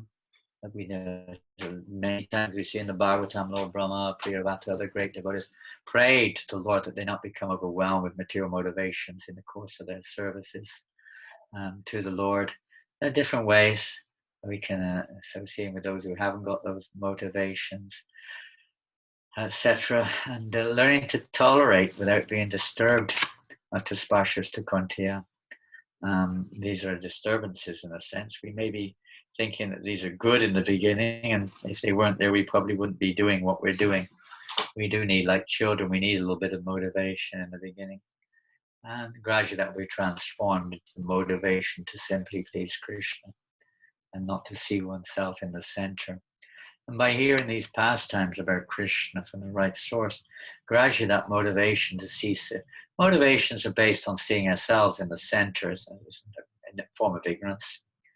And that ignorance is gradually cleared away by proper association, particularly by hearing the truth, the absolute truth from the right source. So we hear it from those personalities, and gradually the results of our seeing ourselves in the center in terms of motivation, personal motivation. Motivation has to be there. We just have to be motivated to please the spiritual master and Krishna. So, and then no more worry, no more motivation to please myself. And if we don't get respected, we get upset. If we don't get the result we want, we get upset, we give up, we get angry or depressed or something. Because we have to see that means I'm selfishly motivated. And now if we're upset because, somehow or another Krishna's being offended, that's different. We may be upset, there's a form of envy in spiritual life. If only I could serve as nicely as that devotee, they're serving so nicely. I'm so fallen and offensive. I'm not pleasing Krishna as much as they are. That's a little different. It's not at their expense. It's it's a desire to bring more pleasure to Krishna. Gradually that transformation will take place. Next one. It is said that we shouldn't directly delve into 10th canto. The Krishna book is 10th canto, and we actually distribute it even to non-devotees. So is that okay? Yes, it is okay, because we did mention in the beginning that Prabhupada gave this specifically as a summary of the 10th canto, and he's presented it in such a way that it becomes digestible. Obviously not everyone. We met one lady on Sankirtan in Paris yesterday. I have a little book table and do the kirtan. She came over towards the end, and she was a little bit inquisitive about things. She's suffering in arterial wood. So usually when people are suffering, they're ready for some spirituality, if they're a little pious at least. So she was, black lady, and a very nice lady. And so she took some books, and I said, would I like to gift you this Bhagavad Gita? And she said, I've already got it. I said, I haven't read it. I haven't opened it. So I said, but I will do. She was like, the time isn't quite right. She's got it, but she hasn't actually started it yet, so to speak. It's there. It's like having money which you haven't used. You've got the money, so you can use it, but you haven't quite used it yet. So she's getting ready, and this is another step on her path towards actually entering in to that subject matter. So when they get the Krishna book, the time will come. They may only look at the when I got the Krishna book, I just looked at the pictures. So before I started reading, I just looked at the pictures. Fascinating. Couldn't understand it. Fascinating. And then slowly, Krishna will arrange that because they put the book in their bookshelf, forgot they had it. 30 years later, something happens in their life, so something goes wrong or whatever, and they don't know what to do. And they just kind of somehow or other pick the Bhagavad Gita out of their bookshelf and start reading. Boom, the lights come on, everything becomes, it's just, that's it. This is what I was looking for. This is the answer, they go. Many times that happens. Time, it'll come in time. We got to get them out there because the time might be coming pretty soon. We've got to get those books out there so that people have that opportunity. When that time when Krishna wakes them up now, boom, and they read it, or someone else does it. The time comes. So yes, distribute them as much as we can. They sit there, Prabhupada said, like time bombs. It's just a matter of time before they go off. they explode in people's faces.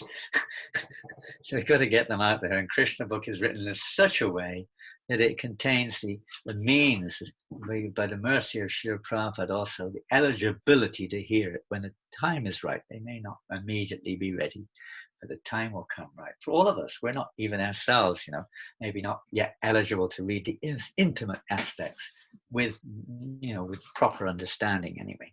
But it will come in time by going through step by step, or time passing by, and then when the time is right, Krishna wakes us up. What's the next one? Should we endeavor, and if so, how? Can you help me with this question? Should one endeavor, and if so, how to something or another, balance in partaking social activities with preaching intentions in individual, family, spiritual practice. Okay, we got this. This is the balancing, isn't it, between our constitutional and conditional responsibilities in life. Two Swadharmas. Now, in Kali Yuga, Swadharma may not be so much environmentally favorable in sense in of itself, as in the Varnashram system, according to our nature, the environment would be more favorable. One would understand. But when we're working in Ugra karma activities for material purposes, unnecessarily increasing the facilities for sense gratification in this world under the directions of persons who do not know the object of life, etc., being more or less obligated to fit into such a system, and then trying to be Krishna conscious at the same time. How do we balance that? It's not easy. It certainly isn't easy. We can understand that. All the more benefit for those who are in that situation when they make that sincere endeavor. It's easy for me to speak. I'm stuck here for the last 50 years almost, as a lazy guy sitting in a temple, not having to work for my pennies, not having the responsibilities that most of you do, or the environment which most of you have to work or live in. So for me, it's easy to sort of say this, that, and the other. But some understanding of your situation may be there. And you sometimes you have to work into the night. I know devotees sometimes, because their office job requires them to work through the night, otherwise they lose their job sometimes, and all kinds of things. Maybe we don't have to, but in many cases we do consider we have to do these things. And it is an easy balance. And then you have to get the children to school. The children have their own issues. Maybe between husband and wife, there are various things that maybe family, social, and then you got all your taxes, insurances, this thing, left, right, and center, health problems.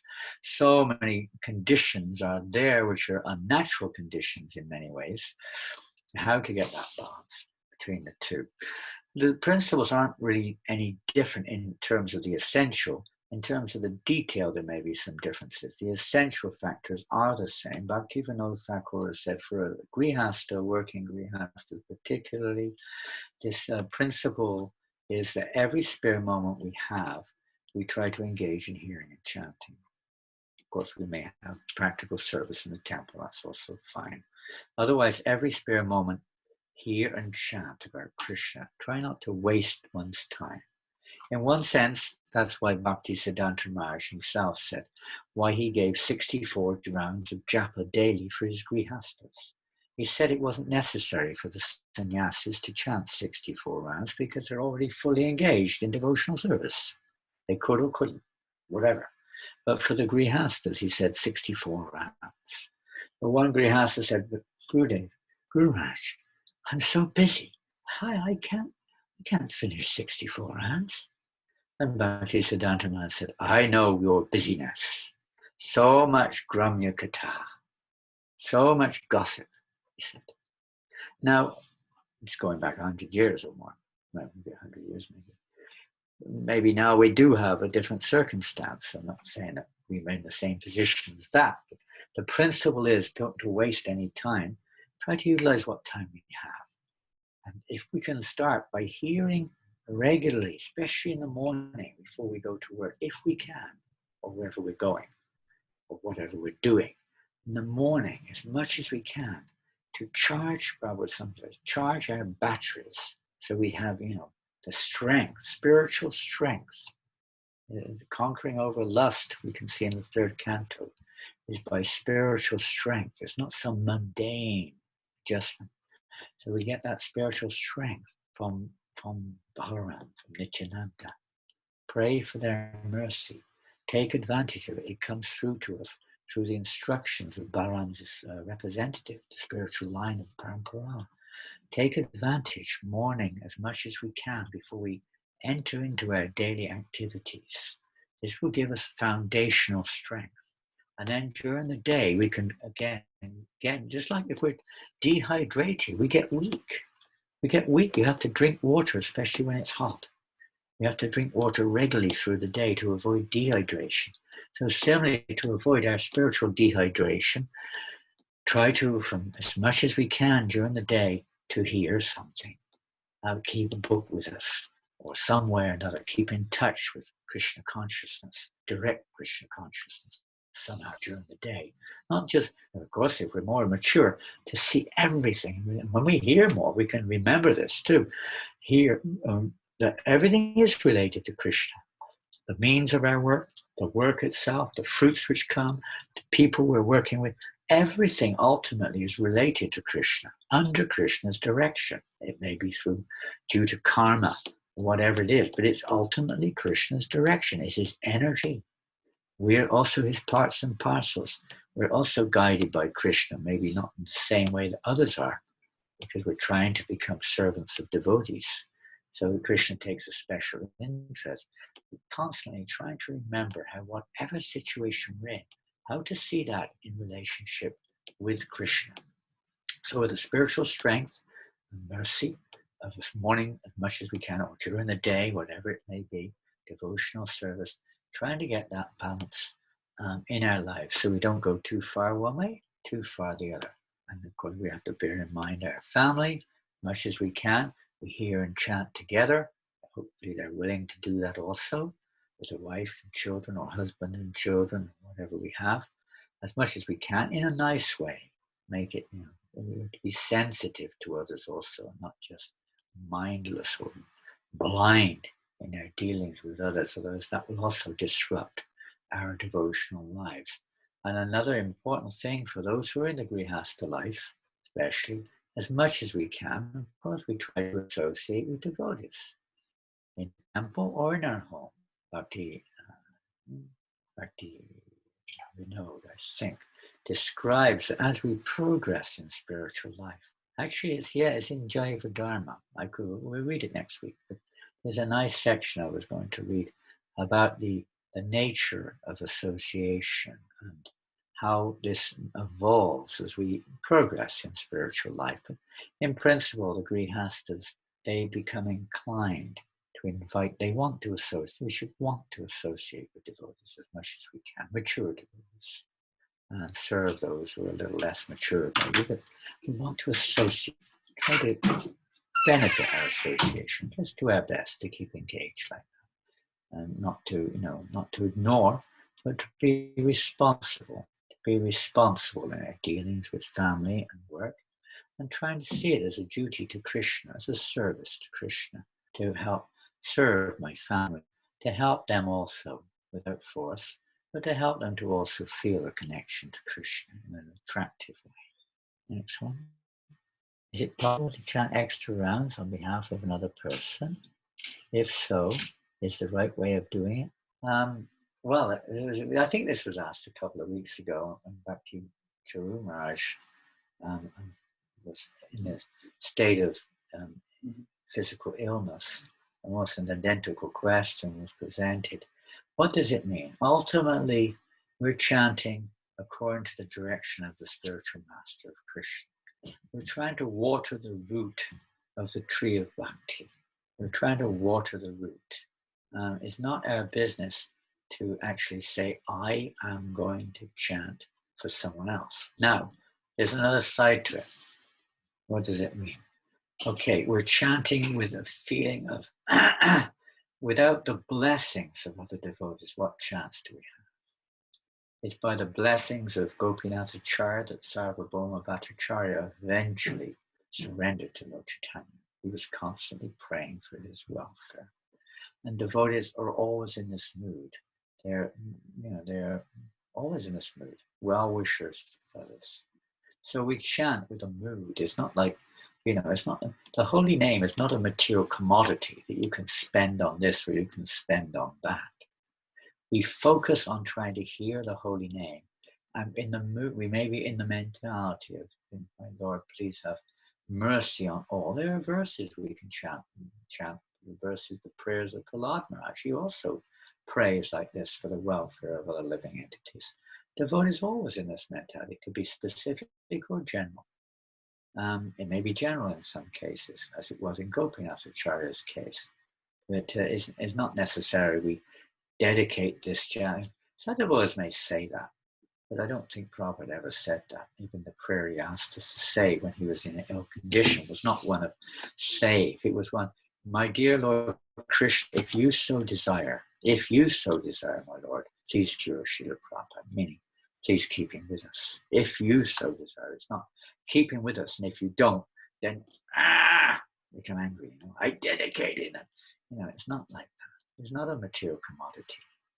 Devotional service is on the transcendental plane, and Krishna knows what's best, and he knows what's best for us too. And maybe next week we'll be speaking a little bit about that, I think, in one of the Zoom classes. But Krishna knows what's best, and so does the pure devotee know what's best. And we know what we think is best, what we feel is best, and Krishna accepts. He accepts the sincere prayers of a devotee, the mood of a devotee. Like that, he accepts it. So it's a bit of both. You can chant sincerely, try to be attentive. The best thing we can do for others is not just to say, I'm going to dedicate this round. And then imagine, you say, I'm going to dedicate my chanting. And then what type of chanting are we doing? What type of chanting? I dedicate my offensive chanting for the benefit of so-and-so. Does it mean anything? Not really. The real benefit is if we chant attentively the holy name of Krishna without offense. And we can be in that, automatically that mood of compassion or that mood of feeling will come, the pure mood, and not just external mood. And if our chanting isn't pure, then what type of chanting are we dedicating anyway? It helps us to become more attentive in hearing the holy name of Krishna. Good. Now we're going to dedicate this round for so-and-so. Now we're going to chant very, very attentively. Just try to hear the name chanted. Hear the sound of the name. No offenses, please. Hear the sound of the name. Good. It's bringing us on the path, even it may not be with love or without motivation. It may be a good motivation, it may be whatever it is. But at least it's helping us to chant the holy name, Krishna. And it's up to Krishna what he wants and what the pure devotee will, what that relationship with that person is up to them. So again, we're controllers. We are trying to be servants of And our business is to try to chant the holy name purely. Next one. I would love to read Gopal Champs by A. Where is this? Holiness. Oh, yeah. Are we allowed to read Gopal Champa by His Holiness Brahma Maharaj? I missed it, did I? No. There are many books written by many devotees which are wonderful. In due course of time, if you're in a circle of devotees, bona fide circle of devotees, it's one thing, but generally speaking, the whole process, Prabhupada himself writes, we have to study his books. And now even Inder told me this when he also has one conference, maybe I don't know, he's written one book. He said devotees should have read Prabhupada's books, he told me this, at least 10 times before they think of reading this book. The point is we have to become, in the right mood. Now Gopal Champu isn't, Prabhupada even mentions in quite a few places that one should read this for this, that, and the other. Definitely is a bona fide scripture written by a bona fide Vaishnava for a bona fide situation. We just have to see every situation is different.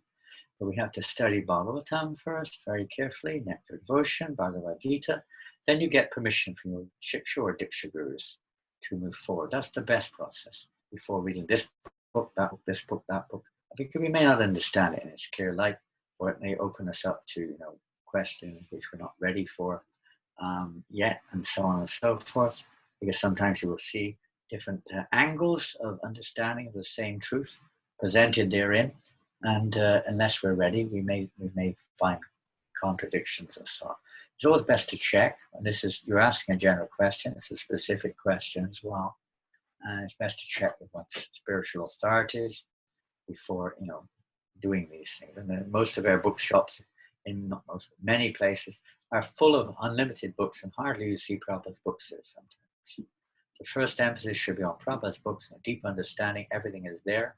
But you will find there in Prabhupada's books, he also says you should read, Bhagavatamrita or, Gopal Champu or whatever other scriptures are mentioned there to follow up or to understand more about this subject matter. Otherwise, it's perfectly bona fide scripture. Many have been written. But the time circumstance, we certainly don't start with reading Gopal Champu. It may come much later. What is next? Between someone who is advanced and not advanced. Good question. How to experience? Well, the first thing is, generally we have to look at ourselves and we understand that we may not be so advanced. So when we're not so advanced, it's a little more difficult to say because we're seeing things from a rather neophyte perspective, we could say. Just give me a second. Yeah, quite a lot of questions. Oh.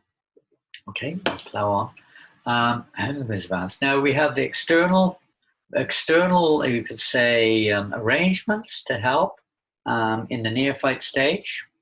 In the more advanced stage, it becomes more of a realization. In the neophyte stage, you can say we have, especially why Prabhupada established an institution, and we have GBC, we have representative Srila Prabhupada giving initiation, we have Brahmanical initiations, we have leaders in the temple, we have the age, so many different things here.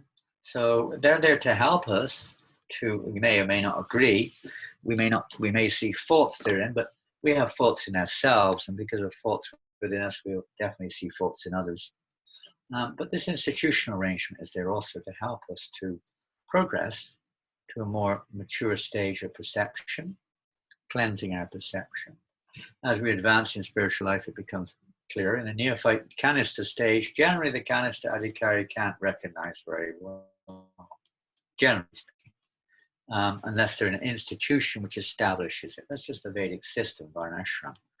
The same thing in ISKCON. There's an arrangement there. And I'm not saying that that's all there is. Obviously, the devotees in those positions may be also very more advanced. We would hope they would be. Generally, they are. But institutionally, it helps to make it a little bit clearer, a little bit defined for us neophytes to see that. And you can judge by many other factors too, the behavior. But again, in our immature stages, we may find faults. It's easy to criticize, to find little faults here, there, and everywhere. we're searching for faults, therefore we will never be able to recognize a pure devotee of the Lord, because we won't find what Prabhupada writes. In this age of Kali, nobody can follow correctly. Neither sannyasi, neither grihasta, neither brahmachari. If you criticize me and I criticize you, we'll all go away. There'll be nothing. So we have to see ourselves that I'm in a neophyte situation. I definitely have a tendency to find fault, but the institution's there to protect us a little bit from that. We have to understand that that's Prabhupada's arrangement. It may not be, in one sense, from the mundane perspective, it may not be perfect in all of its ways and means, even the individuals therein, but the system is the system arranged by a pure devotee to give us the best facility to progress towards perfection, towards purity. And in that situation, we do see there are devotees in our movement who are extremely inspiring, inspired to chant and hear, inspiring others to chant and hear. Naturally, their association is to be sought. Of course, we would understand it's chanting and hearing under the auspices of their spiritual master, under Srila Prabhupada's auspices, etc. Not that they're bringing in from elsewhere, that perfectly rightful to be what they are, but at least in ISKCON, that's the principle, that we seek that association which helps us to become more, those who help to inspire us to embrace Srila Prabhupada's instructions more, to just become more serious about Krishna consciousness, are generally those who are more advanced in spiritual life. Not just by institutional regulations, that's one thing, we could say conditionally, and constitutionally, internally, we become more inspired. So generally, devotees who are more advanced are those who are inspired and do inspire us to hear and chant the holy name of Krishna and Srimad Bhagavatam, Krishna Katha, or to engage in devotion. Just those who inspire us to become more inspired in devotional service, more eager in devotional service. Again, we're not going to go around and start discriminating. He's not advanced, he's advanced, this, that, the other. We see everyone as more advanced than ourselves, everybody.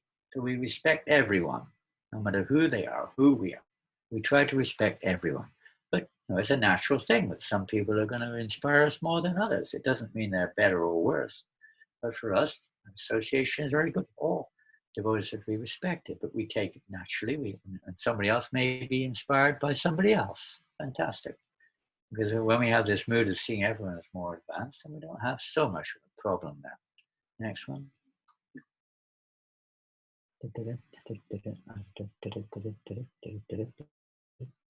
I am not able to put my 16 rounds as topmost priority, although I think it should be, so I try, but I fail. Many times I feel morose. I remember Rupa Goswami's instruction as enthusiasm, patience, and determination. In early days of my spiritual life, I was able to do it, but later years past, I put practical services as priority. Later, I realized I was not able to serve in right consciousness, although I always pray to Srila Prabhupada before start of my temple services. Few times I commit offense or act under modes, thus commit offense, so get morose. Although I later lament about my behavior, so I humbly request you guide me in this issue. Hare Krishna. Woof. I think I had a similar question, maybe from a similar devotee recently also, and similar. That this is, again, try not to get too mental about this. We can really start getting mental about every little detail, and definitely most of us can feel that in the beginning we seem to be more enthusiastic. Enthusiasm is not just an expression of activity. And Prabhupada describes enthusiasm as acting with intelligence. So we have to have intelligence is a little bit clouded in the beginning. Maybe our enthusiasm is bubbling. And they're, devotees are all pure, devotees, great. Whoa, I'm so lucky. And we're going on chanting 16 rounds. I'm on the way back home, back to Godhead. Here we go. Hare Krishna, Hare Krishna. We're going on, And, the process is, we go with a few more things to it, cleansing down to the root. You're in the process now of cleansing. And this is part of it usually. We start to lament, we get a bit, why am I not so enthusiastic? Why? But you seem to be enthusiastic about service, which is very good. Maybe you're not so enthusiastic about Prabhupada said you keep chanting 16 rounds. He said quality in chanting is not just a mechanical exercise of pronunciation or loudness or even numbers. It's a quality of consciousness. Prabhupada said love. It means chanting with genuine love. See? So you're serving in the association of devotees wherever you are. You're serving in there. I know you're in a temple, serving in the association of devotees. And devotees are giving you guidance. I'm sure some guidance is there. And you're a part of the Sankirtan movement. And even if we're not a perfect part at this point of time, even if we're not doing everything perfectly, just stay as a part of the Sankirtan movement. And if you have some individual difficulties, discuss it with the other parts in that particular aspect of the Sankirtan movement and see if they can help you to become a little bit more, let's say, fit, a little bit more, healthy within that particular situation which you're in. But you're a very, very fortunate soul. You're engaged fully in devotional service. And that's the secret, to be fully engaged in devotional service. You're a very lucky soul. And of course, we can all improve in so many ways, but don't become morose. Just have the mood of wishing and hoping that I do become more, let's say, devotional in my hearing and chanting about Krishna. It will come. Stay in the association with devotees. Prabhupada said, continue to chant your rounds. Attend the morning and evening program if you can. That's hearing and chanting about Krishna. And engage in devotional service. Try not to be too mental. It's easy to get mentaled out and start thinking I'm useless, this, that, the other. There's a healthy way of doing that, and there's an unhealthy way. If you read in the Srimad Bhagavatam, I think it's in the 11th canto of the Bhagavatam, chapter 20, I can't remember the verse number. There's some beautiful verses which describe the devotee who has faith in devotional service but has weaknesses at the same time and succumbs to weaknesses. And there's a beautiful purport based on Sridhar Swami and Vishwanath Chakravarti Thakur's purports, commentaries in that 11th canto about how a devotee should feel, but it would take half an hour to read it, and we can't do it. I'll try to, I take next, if I had the books here, it'd take me a minute to find. You can find it, 11th canto, 20th chapter. Can't remember the verse number, but it's some beautiful instructions about devotees who are going through it and how we should not become morose, how we should not become, disheartened, etc., but encouraged rather than disheartened by these emotions that come up. Next one. Is that it? Yes. Thank you all. Hare Krishna. It was wonderful to hear from you all. Yeah. That's it? Yeah. Finished. Go Seva Ki Jai. Very nice. Yes, Go Seva. In fact, the last two comments there, They're private, so they're private. I won't mention who they are, but I'll just mention what they are. They're both related to the cows. Go Seva means service to the cow. Another devotee, her last comment, is looking after cows also. Huh? Yeah, in Kerala. They have a goshala in their house. They have their own house, been there. They have their own temple in their house. Many people come. Of course, in India it's easier. And they have a goshala in their own house. Half a dozen cows and little calves. And they offer the milk of the cows to their deities. The deities in the little temple they have in their house. Quite a big temple in the house.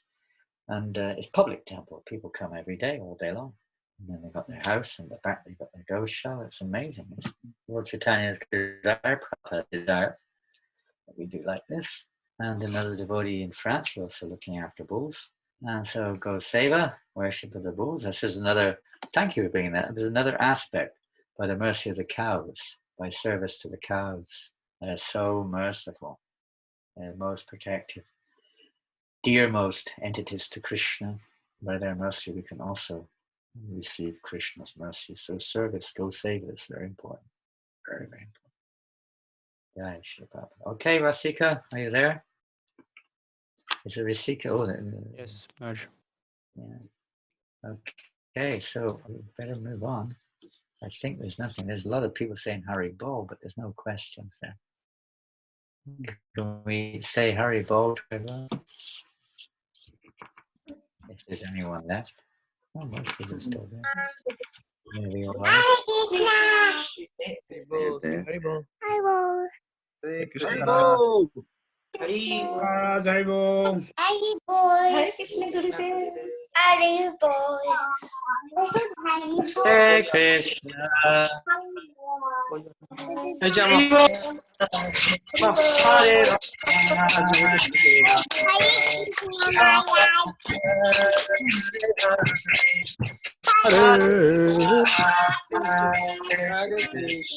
Krishna. Hare. Doors don't close. You have it?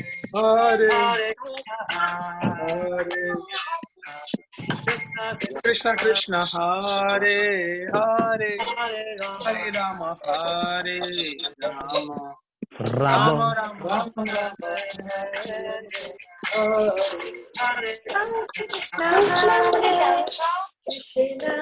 Krishna Krishna Hare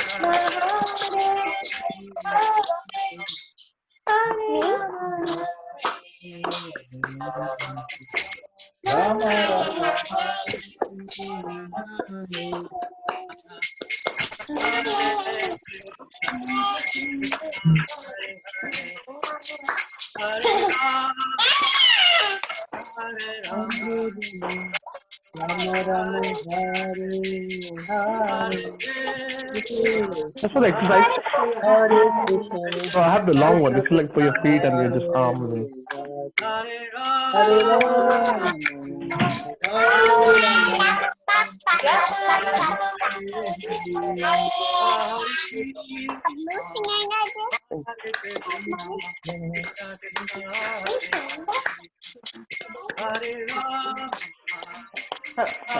Is the okay.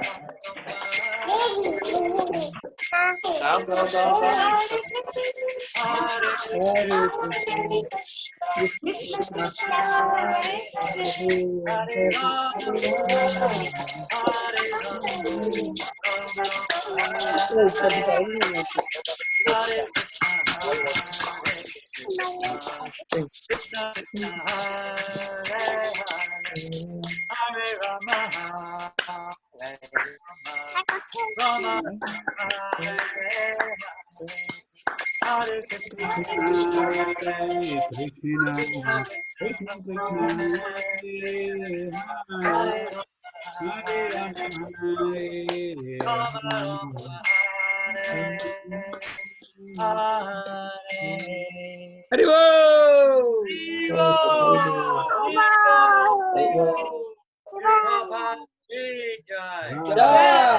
Sikananda will inform you there is a class tomorrow. He might give you the message. I think it's open. I'm not sure.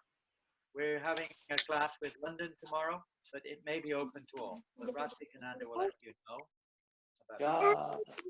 Hare Krishna. So we're going on Sankirtan now. We've got to get ready for Harinam Sankirtan. 4 hours for Harinam every day in Paris. You can do it wherever you are, in the home or wherever you are as well, if you have the time. Just keep chanting and bring auspiciousness to the whole universe, as well as for ourselves. Hare Krishna, everyone. Thank you very much. Hare Krishna Maharaj. Hey, guys.